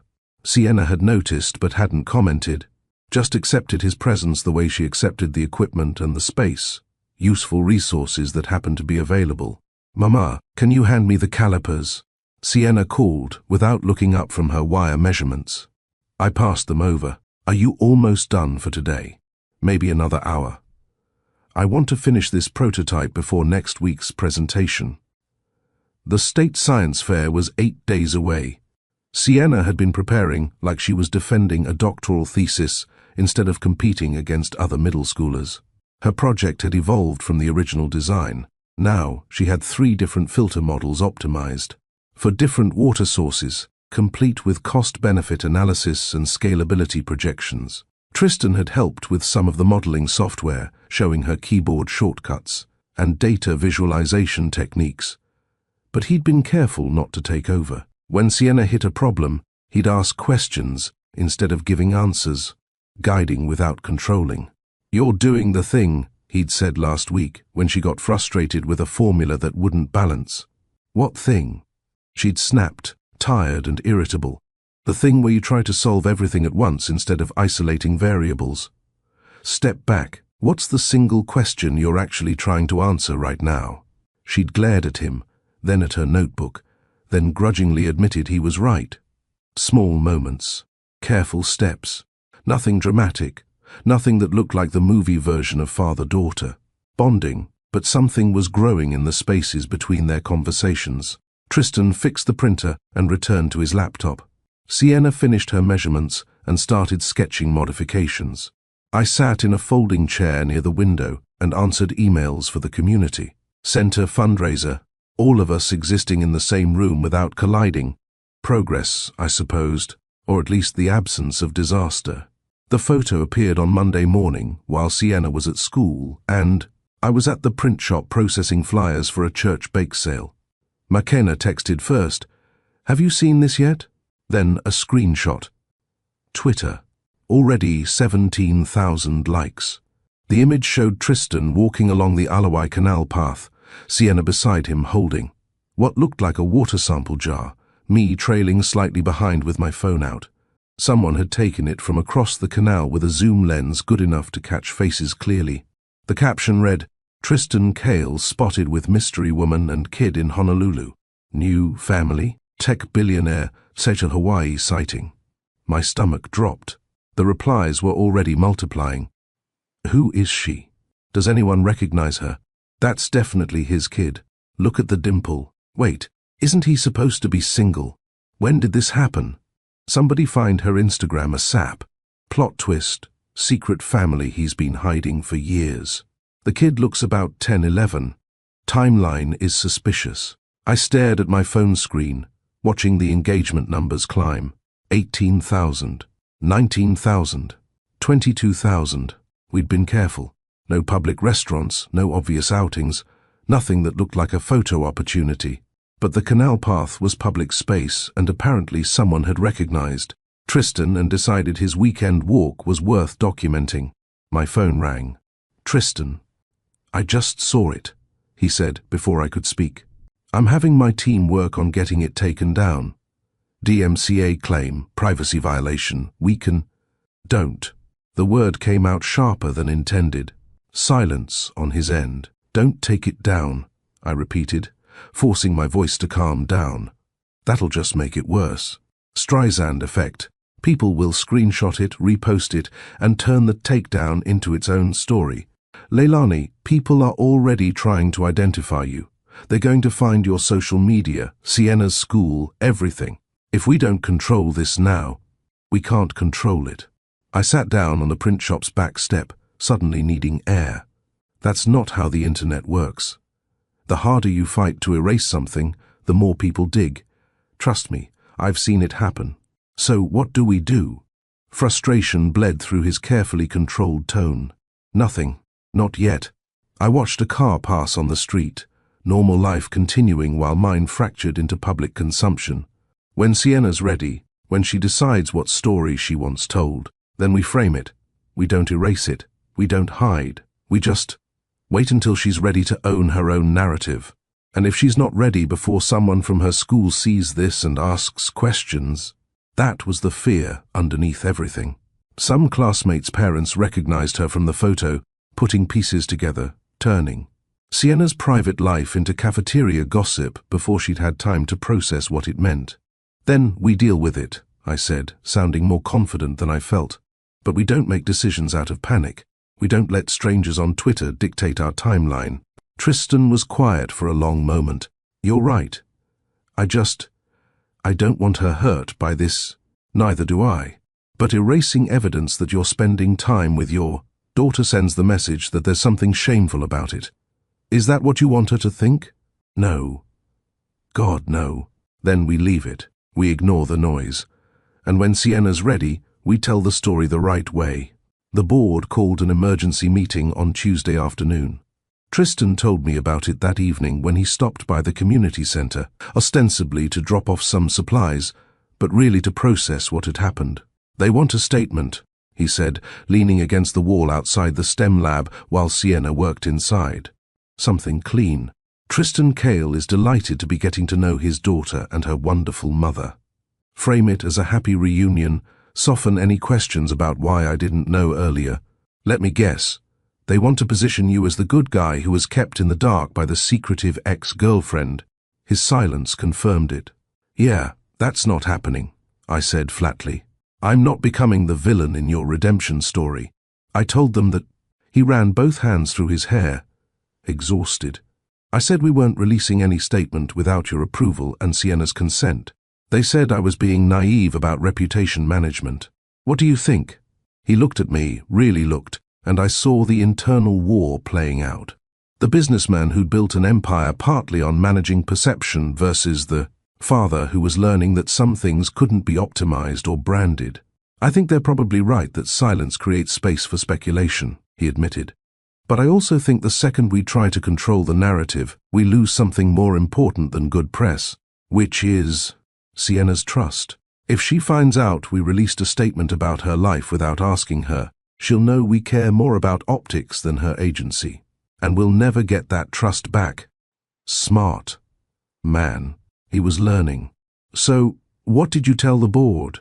That they'd have to wait. That my daughter's well-being matters more than investor confidence or media cycles. He smiled grimly. 3 of them threatened to resign. Did they? No. But they're not happy.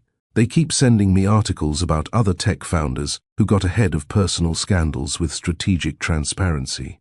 Case studies on reputation rehabilitation. Polls about public perception of family values. I snorted. Family values. From the people who probably have mistresses in 3 countries. 2 countries, he corrected with dark humor. CFO keeps it domestic.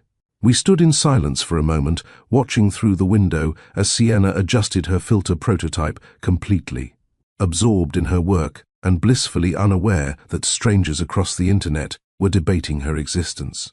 They're going to keep pushing, I said quietly. The board, the PR team, probably your investors. Everyone who has a stake in your public image is going to want you to get ahead of this story. I know, and at some point, staying silent is going to cost you something. Maybe business deals, maybe partnerships. Definitely sleep. I know that too. He turned to face me fully. But I also know that I already cost Sienna 12 years. I'm not going to cost her the right to decide when and how her story gets told. The board can wait. The investors can wait. The whole internet can wait. Even if it damages your company? Even then, no hesitation. I believed him. The small things started accumulating like evidence of intent. Wednesday afternoon, Tristan showed up at my apartment with groceries. Not extravagant, just practical. Milk because I'd mentioned we were out. The specific brand of coffee I liked, mangoes. From the farmer's market, because Sienna went through them like they were candy. You didn't have to do this, I said, surprised and uncomfortable with the gesture. I know, but I was at the store anyway. And I remembered you saying, he trailed off, shrugging, just trying to help. Thursday evening, he called to ask about my mother. Your mom, he said when I answered. She had early-stage Alzheimer's, right? You mentioned it years ago. How is she? I'd forgotten I'd told him that. Forgotten he might remember. She's in a care facility in Waipahu, I said carefully. Good days and bad days. Why? Because I know that's expensive, and I know you probably visit regularly, and I was thinking, if you ever need help with the costs or with transportation or just someone to sit with her so you can take a break, I want to help, not as some grand gesture, just as someone who cares what happens to the people you love. My throat tightened. I'll think about it. No pressure. The offer stands whenever you're ready. Friday night, Sienna came down with a stomach bug that had her up every 2 hours. I texted Tristan at 11 p.m. to cancel Saturday's lab session, expecting a simple acknowledgement. Instead, he showed up at 7 a.m. with ginger tea, plain crackers, and electrolyte drinks. You look terrible, he said when I opened the door in yesterday's clothes and tangled hair. Thanks. You're not supposed to be here, I know. But you're going on 3 hours of sleep, and Sienna needs you to be functional. He held up the bag. I brought supplies, and I can stay with her for a few hours if you want to shower and sleep. I won't mess anything up. I'll just sit in the living room and be available if she needs something. I should have said no, should have maintained boundaries, kept him in the careful box we'd constructed. Instead, I let him in.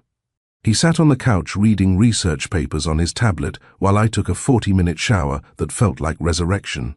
When I came out, he'd made actual food, nothing fancy, just eggs and rice, and left it warming in the oven. Sienna slept through most of his visit, waking once to ask for water. He brought it to her, stayed at the doorway respecting her space, and left without making it a production. Text me if you need anything else, he said on his way out. Seriously, anything. After he left, I found a note tucked under the tea canister. Thank you for letting me help. No expectation of reciprocation. I just wanted to be useful. Tea, small things. Quiet wins. Evidence that he was learning the difference between providing resources and showing up as a person. It mattered more than I wanted to admit. Sunday evening, Tristan called with news. Photo leaked to TMZ, he said without preamble. Full story. Mystery woman identified as Leilani Clark, former girlfriend. The kid is confirmed as 12-year-old daughter Sienna. They're running it tomorrow morning. I sat down on my bed, the air leaving my lungs. How'd they find my name? Property records, probably. Or someone at the science fair recognized you and sold the information. Does it matter? Not really. I pressed my palm against my forehead, trying to think. What are they saying? The usual tabloid garbage. Secret love child, billionaire's hidden family, speculation about why I didn't know. They interviewed some source close to the situation, who claims you deliberately kept Sienna from me to punish me for leaving. Rage flared hot and immediate. That's not... I know. I already have the legal team drafting a defamation response, but Leilani, this is going to get worse before it gets better. Other outlets will pick it up. People will start showing up at Sienna's school, your workplace, everywhere. I thought of my daughter asleep down the hall, finally recovered from the stomach bug, blissfully unaware that tomorrow her life would become public property. We have to tell her, I said, before she hears it from someone else. Agreed. When? Tonight. Now. Before she goes to school tomorrow and gets blindsided. I stood, pacing. Can you come over? I'm already in my car. He arrived 20 minutes later. We sat at my kitchen table and planned how to explain to a 12-year-old that strangers across the world were now discussing her existence like she was a plot twist in someone else's story.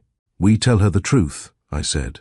That someone took a photo, that it got shared online, that people are curious because you're well known. We don't lie. We don't minimize.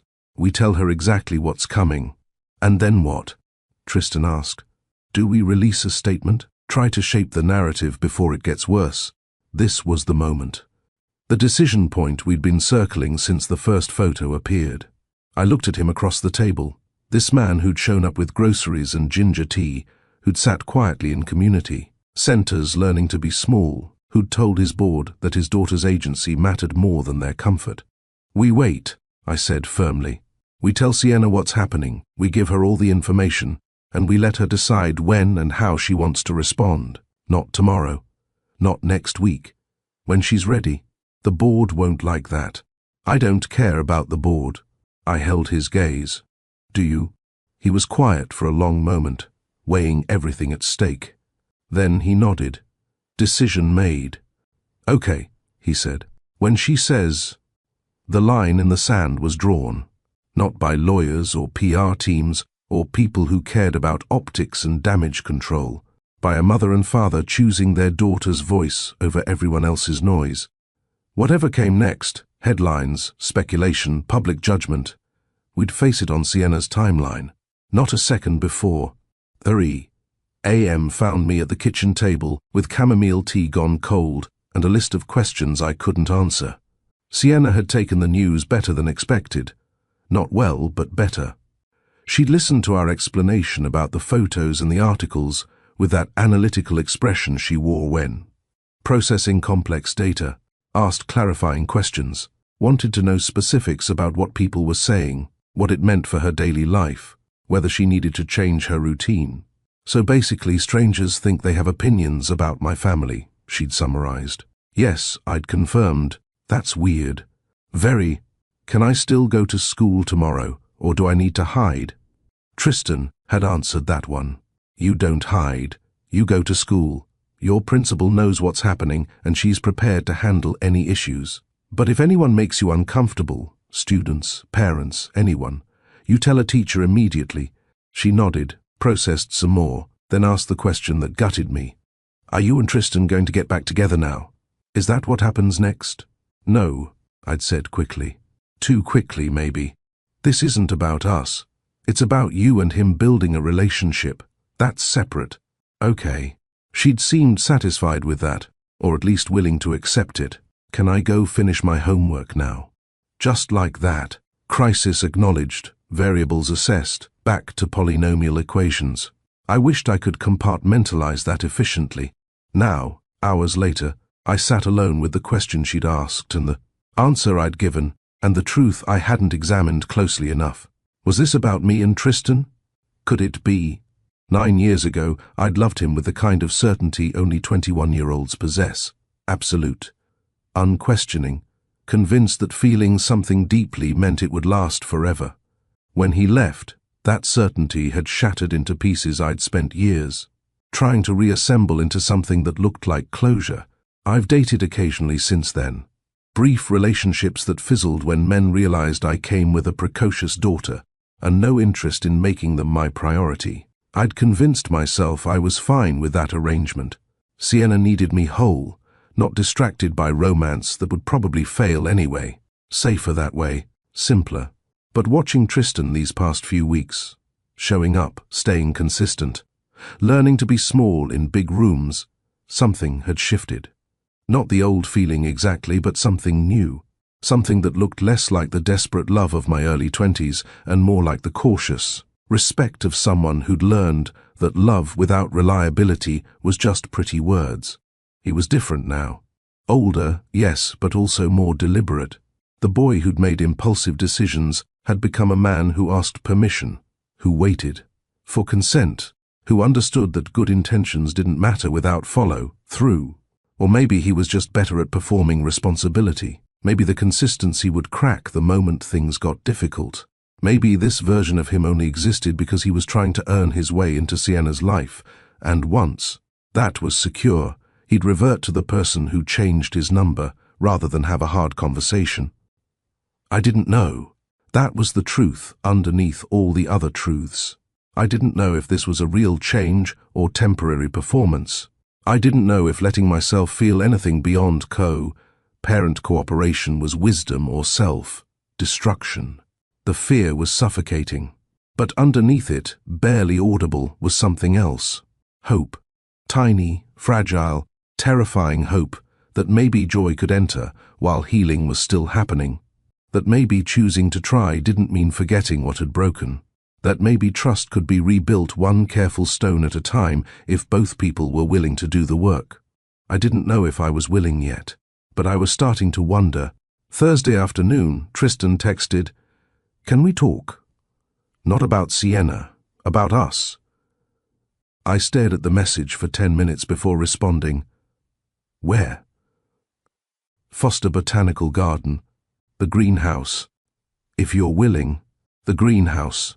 We'd gone there on our third date 9 years ago, when entrance fees felt expensive, but worth it because Tristan had remembered me mentioning I loved orchids. We'd spent 2 hours wandering through humid air and exotic plants, and he'd kissed me for the first time beneath a staghorn fern that hung like a chandelier.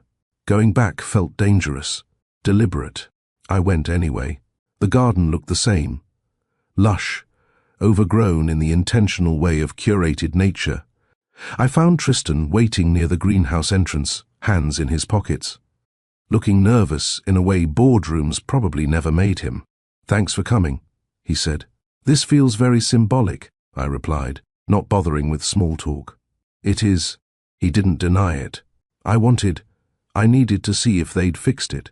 Fixed what? He gestured toward the greenhouse. The structure had been refurbished since I'd last visited. New glass panels, updated. Climate control systems, a fresh coat of paint on the metal framework. A sign near the door listed recent donors. Tristan's company was third on the list. "You donated," I observed. 6 months ago, before I knew you were back in Hawaii, before the science fair." He looked at the building like it was a confession. "I kept thinking about this place, about that day we came here, about how I kissed you and promised I'd never leave and then did exactly that. So you, what? Give them money to assuage your guilt?" "Partly," he turned to face me, "but also because it felt like the right way to come back, not forcing my way in, not using money to control access, just contributing to something that mattered and hoping that maybe one day I'd earn the right to enter again." The metaphor wasn't subtle, but it was honest. "Do you have a key?" I asked. "No, I donated anonymously, didn't ask for special access or naming rights or any of the perks they offer major donors." He pulled out his phone, checked the time. "But it opens to the public in 10 minutes. I thought we could wait. Go the right way. The right way." Not demanding, not buying his way past boundaries, just waiting for the door to open on its own terms. We sat on a bench near the entrance and watched gardeners move between plots. Tourists study maps. Local families spread blankets for afternoon picnics. Normal life continued around us while we sat in the wreckage and reconstruction of our own history. "I've been thinking about what you said," Tristan started, "about patterns mattering more than promises. And you're right. I can say I've changed until the words lose meaning, but words are cheap. especially from someone who once promised to call and then disappeared. I didn't argue. So, I've been trying to show you instead. Groceries, showing up sick, asking about your mom, small things that don't make headlines but might add up to evidence. They do, I admitted quietly. Add up, I mean. The greenhouse doors opened. We walked in together, the humid air wrapping around us like memory made tangible. The orchids were still there, blooming in impossible colors, purple so deep it looked, black, yellow bright as sunlight, white with red veins that looked like art. I thought I had to choose, Tristan said, stopping in front of a vanilla orchid vine that climbed toward the ceiling. Work or life? Success or relationship? I convinced myself I couldn't build the company and keep us, so I chose what felt like the practical option. And now, I kept my eyes on the flowers, safer than looking at him. Now I know that was cowardice dressed up as ambition. I didn't choose work over you because I had to. I chose it because it was easier than figuring out how to do both, easier than being vulnerable enough to say, I'm scared this won't work, instead of just running. The honesty landed heavy between us. I was 21 and stupid, he continued. But that's not an excuse. Plenty of 21-year-olds manage to communicate like adults. I just wasn't one of them. What changed? I finally looked at him. What makes you different now besides being older and richer? He considered the question seriously. Failure, mostly. I built the company, made the money, got everything I thought I wanted, and it was hollow, not worthless. I'm not going to pretend wealth doesn't matter or that success feels bad, but it wasn't enough. It didn't fill the space where you and Sienna should have been. So you're here because you're lonely? The edge in my voice was intentional. No. I'm here because I finally learned that running from hard things doesn't make them easier. It just makes you alone with your cowardice. He turned to face me fully. I'm here because I want to be the person Sienna deserves as a father. And because I never stopped. He stopped himself, recalibrated. I trust patterns, I said, repeating what I'd told him weeks ago. Not promises, not feelings. Patterns of behavior over time. I know. So, what pattern are you trying to show me? Consistency, presence, follow through even when it's inconvenient. He paused, asking what you need instead of assuming I know, respecting boundaries instead of pushing past them, showing up as who I actually am instead of who I think you want. I studied his face, looking for cracks in the certainty, for hints that this was performance rather than transformation. What I found instead was exhaustion, the kind that comes from doing hard work without shortcuts. I can't promise I won't mess up, he admitted. I probably will. But I can promise I'll keep showing up to fix it. That I won't run just because something's difficult. That's still a promise, I pointed out. Then, watch for the pattern. He held my gaze. I'm not asking you to trust me based on words. I'm asking you to watch what I do and decide for yourself if it's enough. Fair. Terrifying, but fair. We walked deeper into the greenhouse, past bromeliads and ferns, past the tropical fruit trees and the carnivorous plant display. The path curved back toward the orchids, and we stopped where we'd stopped, 9 years ago, beneath the staghorn fern that had witnessed our first kiss. It was bigger now, more established, roots dug deeper into the mounting board, fronds spreading wider. Growth that came from staying in one place long enough to build something substantial. I don't know if I can do this again, I said quietly. Open myself up to someone who left once. Risk Sienna getting attached to a family structure that might fall apart. I know. Tristan didn't try to convince me otherwise. The risk is real. I could fail, not because I want to, but because I'm human and flawed, and still learning how to be a father and a... He hesitated. Whatever we might become, and if you do fail, if this ends badly, then I'll still show up for Sienna. That doesn't change based on what happens between us. She's not conditional on our relationship working out. The clarity of that commitment steadied something in my chest. I'm not asking for a decision today, he continued. I'm just asking permission to try, to show you that the pattern is real, that I can be someone reliable even when it's hard. I looked up at the staghorn fern, at the way it had grown strong through consistent care and time. Not dramatic transformation, just steady presence and the right conditions. Slowly, I said. If we do this, it has to be slow. No grand gestures, no public declarations, just showing up, being honest, building something that can hold weight. Slow is good, he agreed. The best things grow slow. Sienna's words in his mouth made me smile despite myself. She's teaching you well. She's brilliant. She gets that from you. The compliment landed soft, sincere, and before I could overthink it, I stepped closer. Not all the way into his space, just close enough that the distance between us became a question instead of a statement.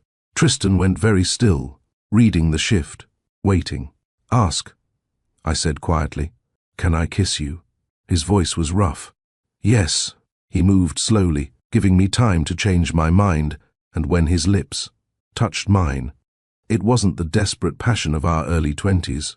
It was careful, deliberate, a question being asked and answered with touch instead of words. The kiss lasted maybe 10 seconds. Not cinematic, not earth-shattering, just honest. When we pulled apart, he rested his forehead against mine. Thank you, he whispered. For what? For letting me try. If you believe redemption means changed behavior over time, hit like, comment, pattern, with one change you look for in people. We stayed in the greenhouse another hour, talking in the spaces between the plants. Not about big decisions or future plans, just small truths that build towards something larger. He told me about the board meeting, where he'd refused to release a statement about Sienna, about the 3 members who'd threatened to resign, and the CFO who'd actually followed through. Did you replace him? I asked. Not yet. Figured I'd wait and see if his principals or his paycheck won. He came back 2 days later. Tristan smiled grimly. Turns out standing firm sometimes earns more respect than accommodating everyone. Lesson learned from a 12-year-old. Best teacher I've ever had.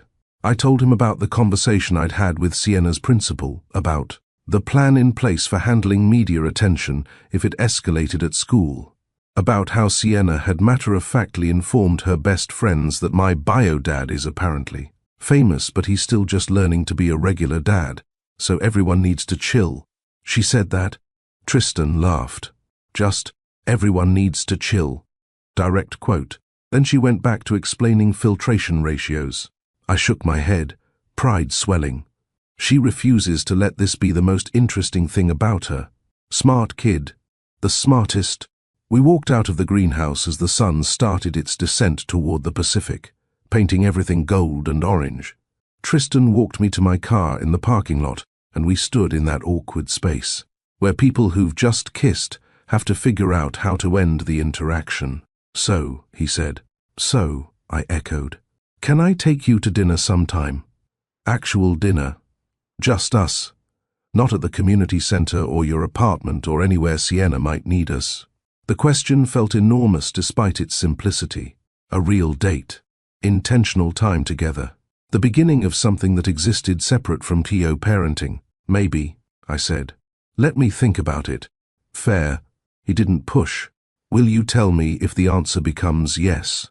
I will. He nodded, accepting the boundary, and pulled out his phone. Can I show you something? The screen displayed a calendar, his personal one, not work. Color-coded blocks filled most days, but every Saturday had a green block labeled Sienna, Community Center. Every other Wednesday showed check-in call. Third Thursday of each month, Leilani's mom, facility visit offer standing. Patterns, documented and deliberate. I'm not asking you to trust promises, he said quietly. I'm showing you the structure I'm building, the rhythm I'm committing to. It's not perfect yet, but it's consistent. I looked at the calendar, at the evidence of intention translated into scheduled action, and felt something in my chest loosen. Keep going, I said. Keep showing up. We'll see where the pattern leads. Let me draw one, he whispered. And I understood he wasn't just talking about calendar blocks and scheduled check-ins. He was asking permission to sketch the outline of what we might become if we both stayed brave enough to try. I didn't say yes, but I didn't say no. And in the space between those answers, a new pattern began to form. One careful stone at a time. The Hawaii Convention Center buzzed with nervous energy and the particular smell of stressed students, deodorant, poster board, and ambition. Sienna stood beside her display table, adjusting her trifold for the 7th time, her presentation outfit perfectly chosen. Navy slacks, a white button-up shirt, and the small plumeria earrings my mother had given her last Christmas. "You ready, baby?" I asked, standing close enough to offer support but far enough to let her own this moment.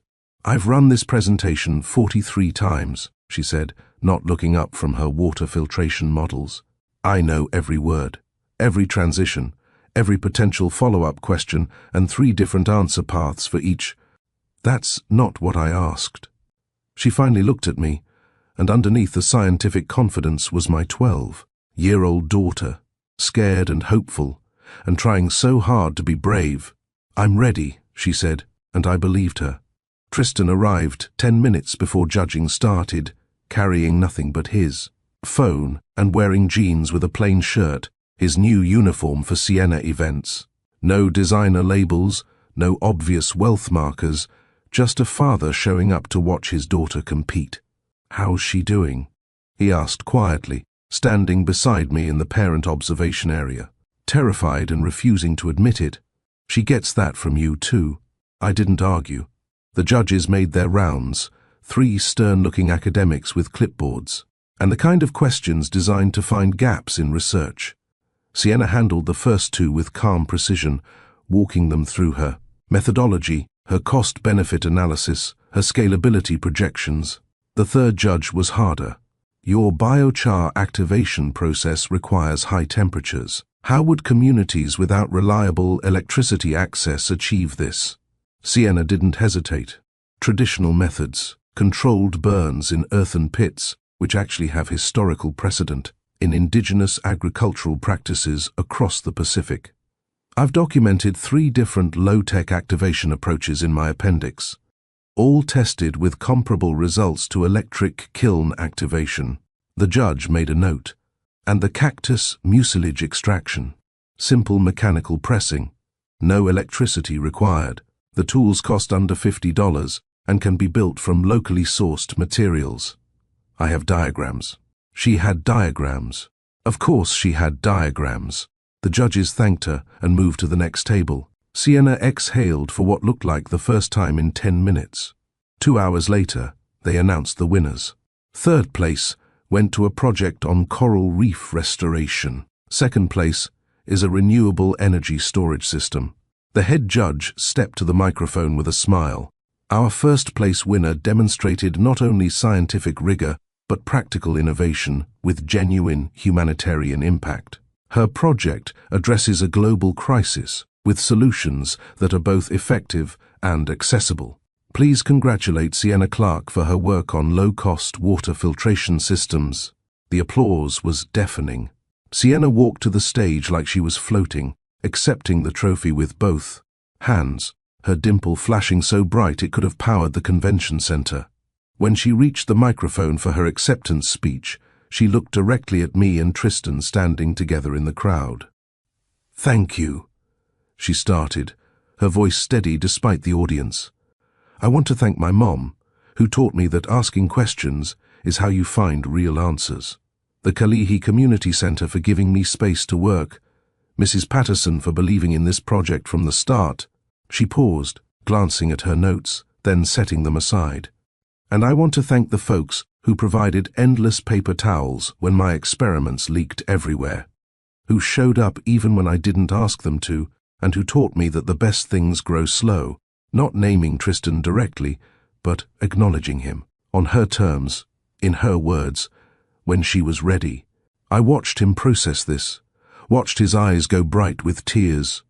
He was too disciplined to let fall in public. Our daughter, brilliant and brave, and choosing her own narrative. The media area backstage was controlled chaos, photographers positioning winners for shots, reporters asking for quotes, parents hovering with phones recording everything. Sienna navigated it with surprising grace, answering questions about her project with the same clarity she'd shown the judges. What inspired you to focus on water filtration? A reporter from the Honolulu Star-Advertiser asked. Basic need meets solvable problems, Sienna replied. 800 million people don't have access to clean water. Most existing solutions are either too expensive or too complicated for the communities that need them most. I wanted to design something that worked and that people could actually build themselves. And what's next for you? State competition is in 6 weeks. If I place there, nationals in Washington, D.C., she grinned. But honestly, I just want to keep testing. Make the design better. Maybe pilot it somewhere that actually needs it, instead of just talking about helping people. The reporter scribbled notes. Is it true that Tristan Cale is mentoring you? Sienna's expression shifted slightly, still polite but more guarded. He's been helpful with some of the technical modeling, but my mom's been my real support through this whole process. Redirecting, protecting our privacy while acknowledging reality. My daughter, already learning to manage narratives. After the formal interviews wrapped, we found a quiet corner near the loading dock. Just the 3 of us, away from cameras and questions and strangers with opinions. You were incredible, I said, pulling Sienna into a hug. I'm so proud of you. You crushed it, Tristan added, hovering nearby, uncertain of his place at this moment. Sienna pulled back from me and looked at him. Then, without warning, she reached out and grabbed his hand, pulling him into our hug. The 3 of us stood there, me, Sienna, and Tristan, in a configuration that looked nothing like the cold opens nightmare scenario where everything fell apart. This was the answer to that moment in the gym when the trophy nearly slipped and recognition landed like a bomb. This was what we'd chosen instead of destruction. Messy, imperfect, tentative connection. Thank you, Sienna said into the space between us. Both of you, for letting me decide, for not making this about you. My throat tightened. Tristan's grip on both of us firmed slightly. Always your choice, baby, I managed. Always, Tristan echoed. We stayed like that for maybe 30 seconds. Not long enough to be dramatic, just long enough to be real. When we pulled apart, Sienna had tears on her cheeks and zero embarrassment about them. Okay. Now can we get malasadas? I've been thinking about Leonard's for 3 hours. Absolutely, I said. Whatever you want.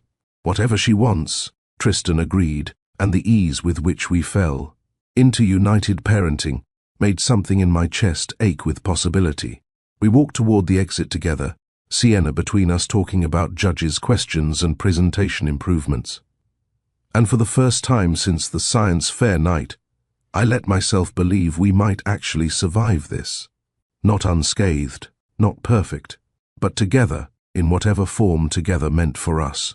Tristan's phone rang while we were in line at Leonard's bakery. He glanced at the screen, frowned, and stepped away to take the call.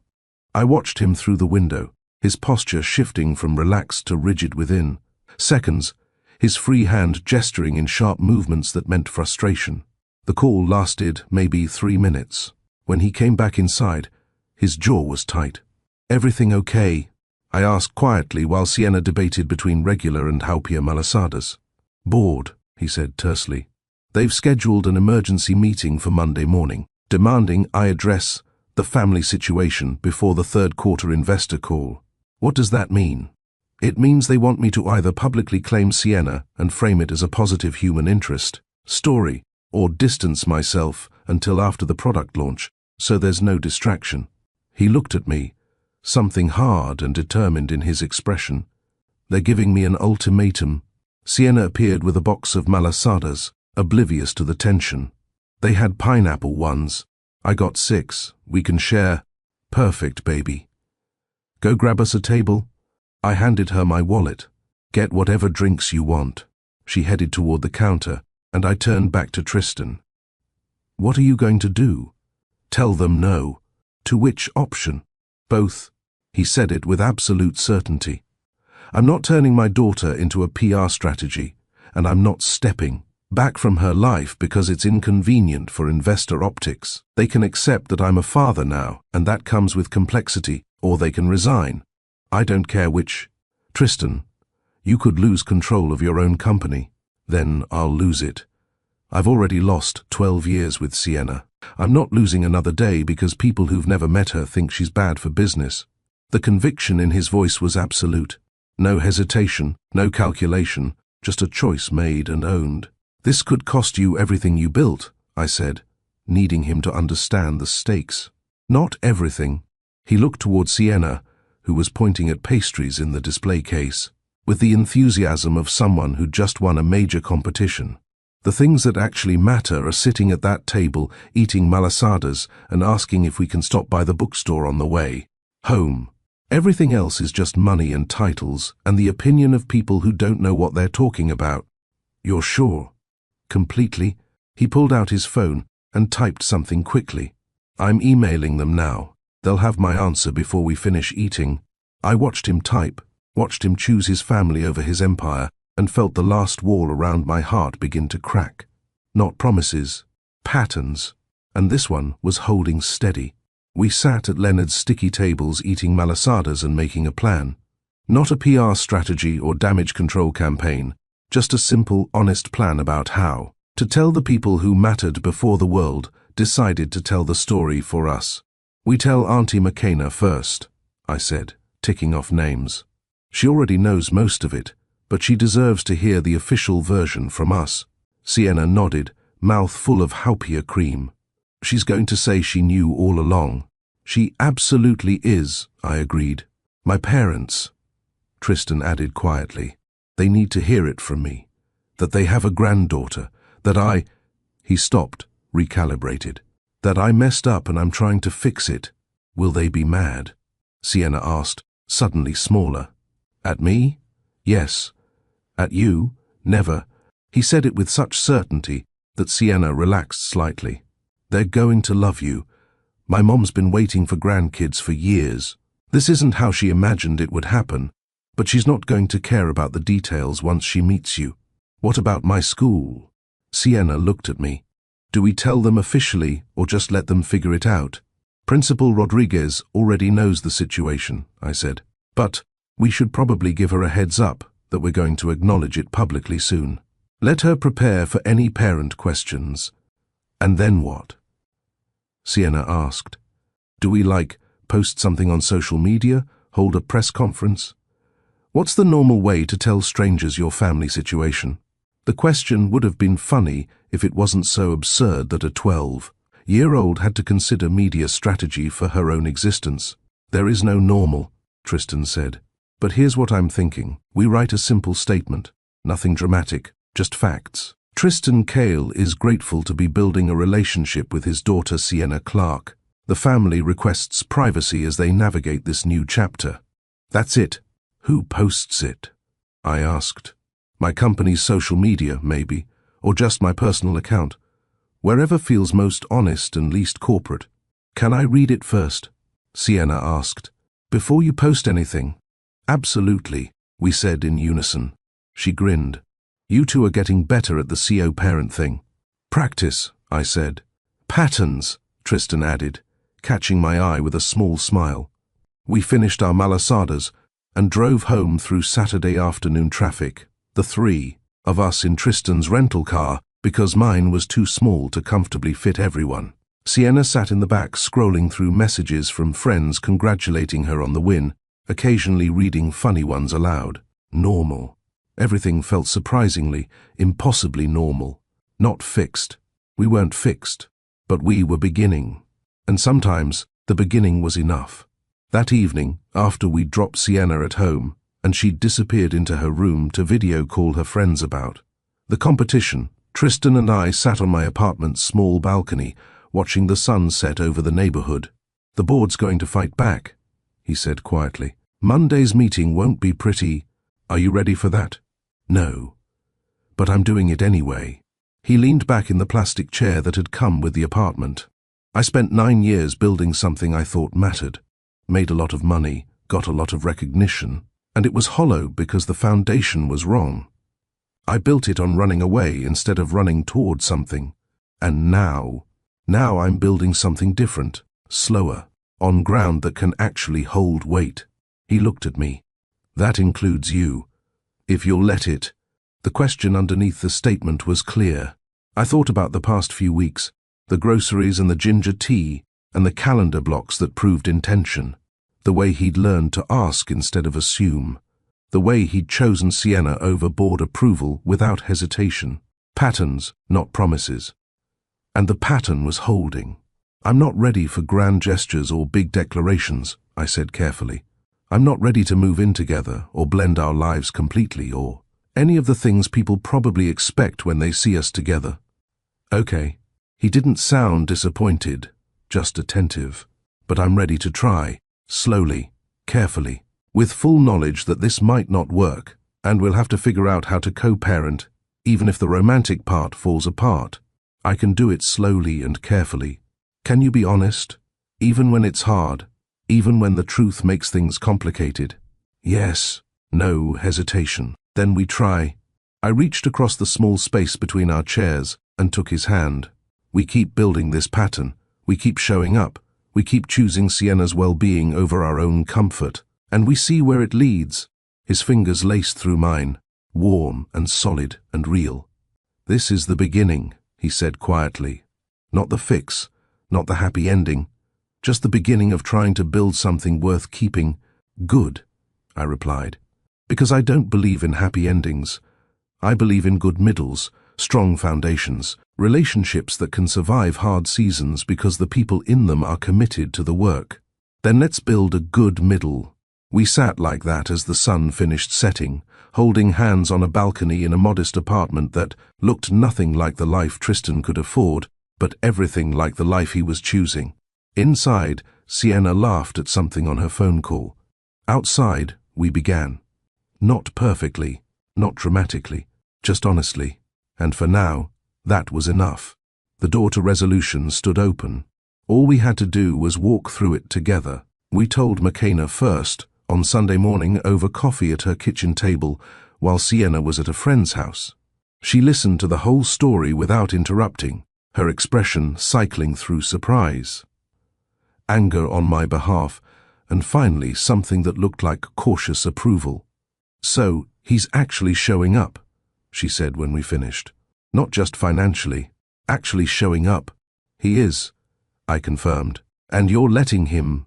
Not a question, more like an observation that needed acknowledging. Slowly, with boundaries. But yes, she looked at Tristan, her best friend's protective instinct still sharp. You hurt her again. I don't care how many billions you have. I will make your life extremely difficult.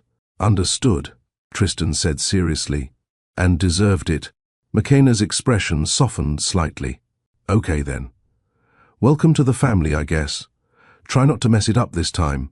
We told my neighbors next. Mrs. Yamamoto, who lived downstairs and always brought Sienna leftover baked goods, and the Rodriguez family across the hall, whose kids played with Sienna at the community pool. Mrs. Yamamoto took it in stride. I wondered why that fancy car kept showing up on Saturdays. Thought maybe you'd started dating someone rich. She smiled at Tristan. You're Sienna's father. She has your eyes. Thank you, he said, and I could see the words landing differently than any business compliment ever had. The Rodriguez family was more direct.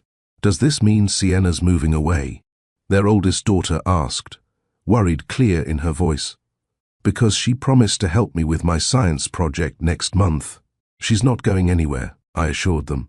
Everything stays the same, just with one more person around sometimes. Good. She's the smartest person I know, and I need her.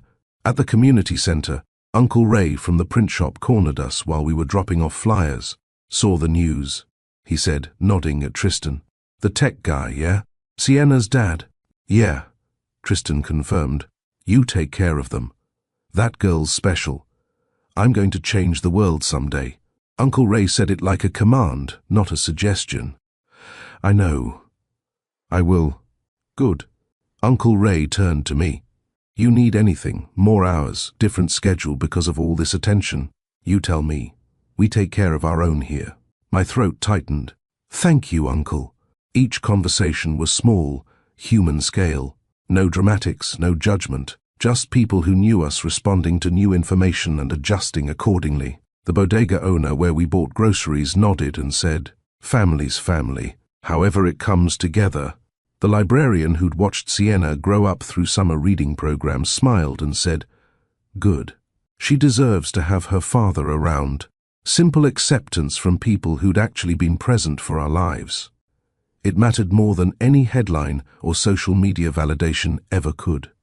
These were the people who'd show up if we needed help, who'd notice if Sienna seemed troubled, who formed the actual fabric of our daily existence. They knew us. Not the version that existed in news articles or tech blogs, but the real us, the woman who sometimes paid rent 3 days late, and the girl who volunteered at the garden every weekend, and now the father who was learning to show up consistently. We told his parents last, on Sunday evening at their house in Manoa. That conversation was harder, heavier with his mother's tears and his father's quiet disappointment about missed years. But they were kind to Sienna when we brought her the following week. And his mother held our daughter like she was porcelain, and a promise combined. "You look so much like your daddy did at your age," she said, touching Sienna's face gently. Same serious expression. Same way of watching everything before deciding if it's safe. Sienna had smiled, and his mother had cried again, and we'd stayed for dinner that stretched into the evening. Family, expanding and reforming around new truth. The Honolulu Magazine. The piece ran 3 weeks after the state fair. The journalist, a woman named Keiko Tanaka, had approached us carefully, pitching a story that focused on Sienna's project rather than the billionaire father angle. "I want to write about science," she'd said during our initial meeting, "about what drives a 12-year-old to spend months solving a global problem. The family situation is context, not the headline." Sienna had agreed to the interview on one condition: "You can ask about my dad, but the story has to be about the work, not the drama." Keiko had honored that completely. The article was titled "Clean Water, Clear Vision: How a Honolulu Middle Schooler is Rethinking Filtration." 4 pages, mostly about Sienna's methodology, her testing process, and her plans for scaling the design. The family situation appeared in 2 paragraphs near the end. Sienna's work has attracted attention from Kale Ventures, founded by Tristan. Kale, who recently connected with the daughter he didn't know he had.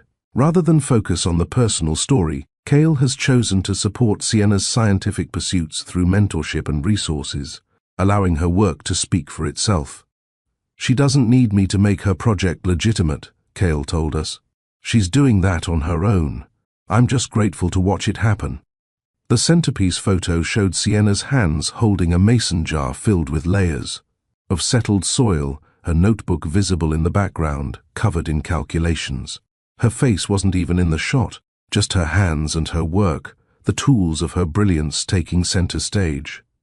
"They got it right," Sienna said when the issue arrived, studying the spread with critical eyes. "They didn't make it about you," she added, glancing at Tristan. "They made it about science." "As it should be," he replied. The article got picked up by a few education blogs and environmental websites. Sienna's inbox filled with messages from other young scientists, from teachers wanting to use her design in their curricula, from a non-profit in the Philippines asking if she'd be willing to consult on a pilot program. Real impact, built on actual work rather than celebrity connection. "This is what I wanted," Sienna said, reading through the messages. "Not to be famous because my dad is famous. To be respected because my work is good." "Your work is excellent," I corrected. "And you earned every bit of this attention." She smiled. "I know, but it's still cool."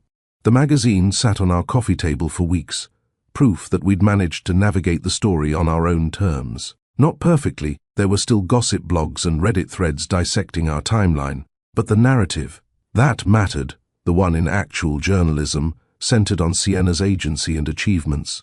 Her story, her voice, her choice about how the world got to know her. Exactly as it should be. McKenna hosted a backyard dinner 6 weeks after the state fair to celebrate Sienna's qualification for nationals. String lights crisscrossed above the small yard, and someone's Bluetooth speaker played old island music at just loud enough volume. Sienna sat with McKenna's nieces, teaching them about water testing. Tristan stood near the grill helping McKenna's husband with teriyaki chicken. I floated between conversations, refilling drinks and accepting congratulations from neighbors who'd become family through years of shared potlucks and borrowed sugar. Normal. Beautifully, impossibly normal. "You look happy," McKenna said, appearing at my elbow with a wine glass. "Like, actually happy. Not just getting through it. Happy." "I am," I admitted. "It's weird. Good weird or bad weird?" "Good. Scary. Both." I watched Tristan laugh at something Uncle Ray was saying, watched how he learned to exist in these spaces without performing wealth or importance. "I keep waiting for it to fall apart." "Maybe it won't," McKenna suggested gently. "Maybe you get to have this." The thought sat strange and hopeful in my chest. Later, when the food was gone and the kids were playing tag in the growing darkness, someone changed the music to something slower. Couples drifted together, McKenna and her husband, Rodrigue's parents, even Mrs. Yamamoto swaying with her sister who'd come for dinner. Tristan appeared beside me. "Dance?" "There's no dance floor," I pointed out. "There's grass and music." "Close enough." I let him pull me into the space between the grill and the string lights.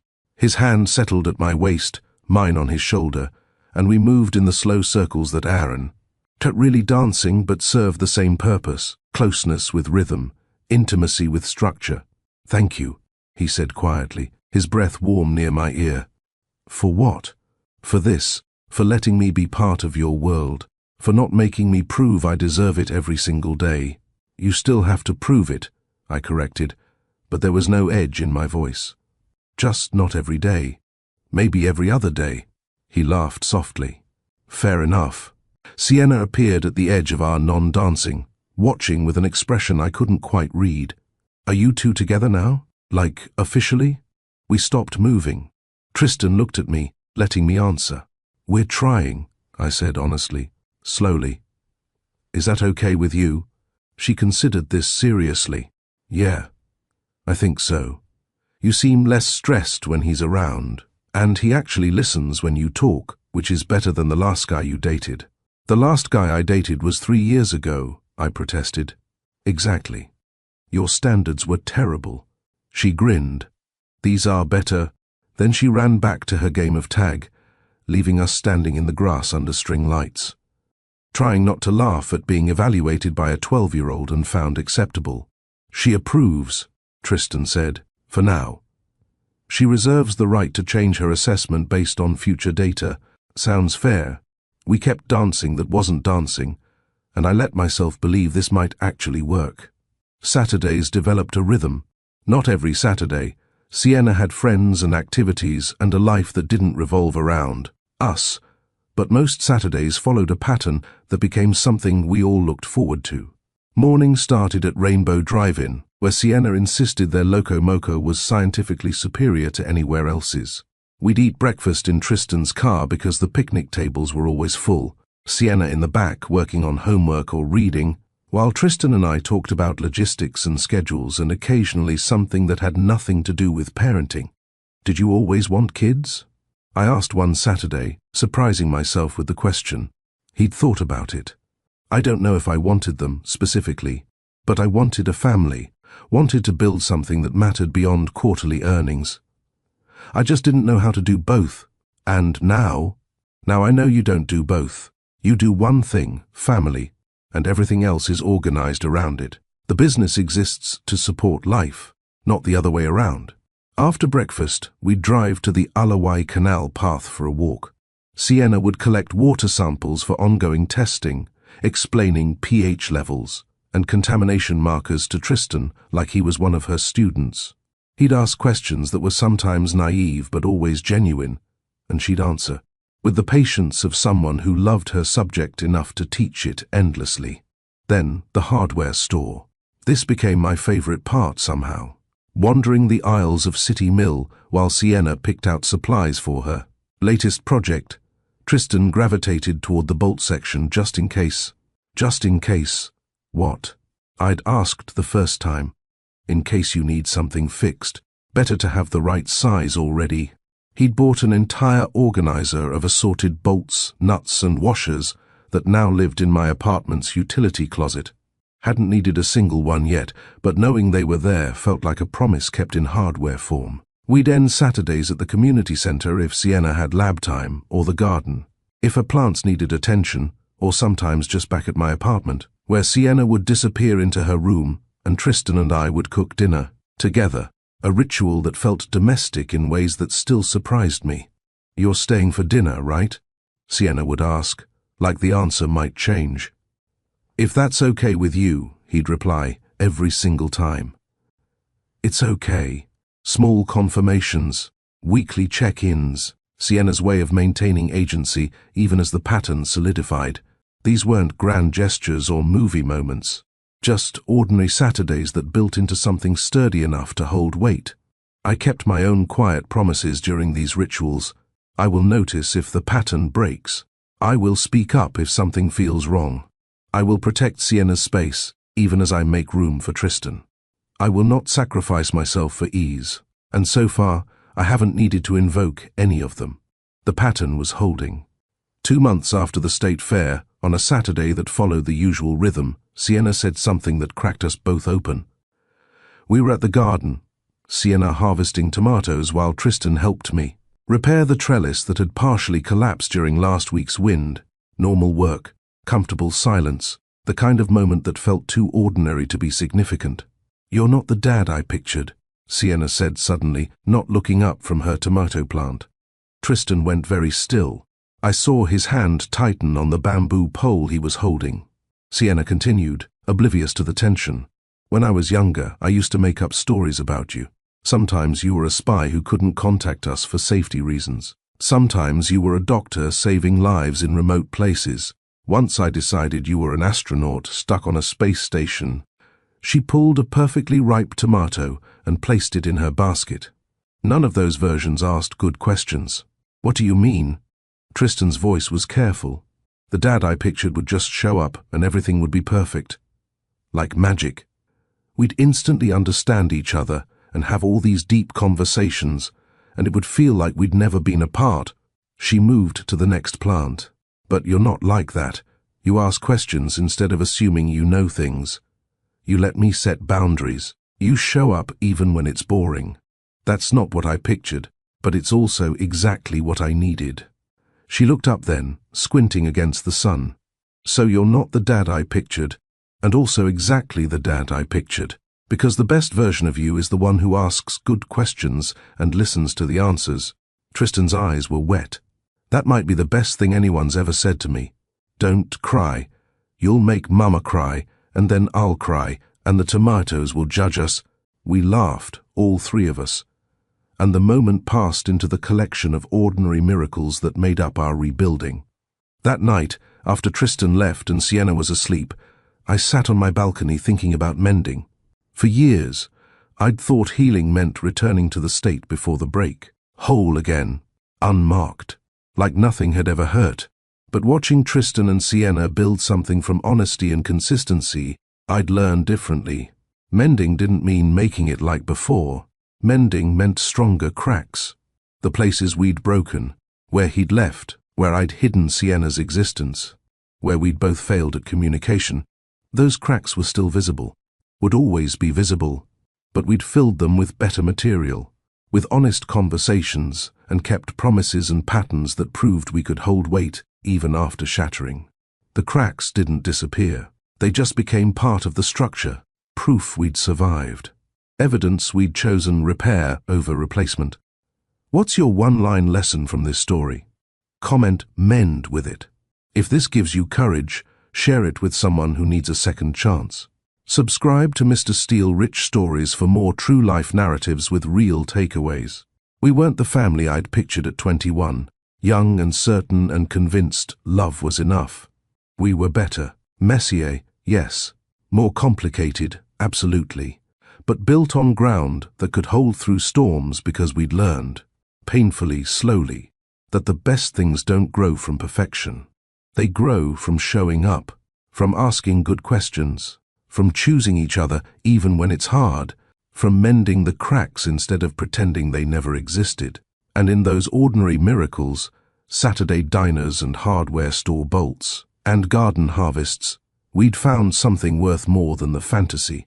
We'd found something real, something that could bend without breaking, something that could hold the weight of three imperfect people trying to build a family from honesty instead of hope. Something that proved the best things really do grow slowly, one careful day at a time, one kept promise at a time, one good question at a time, until the pattern became strong enough to call it home.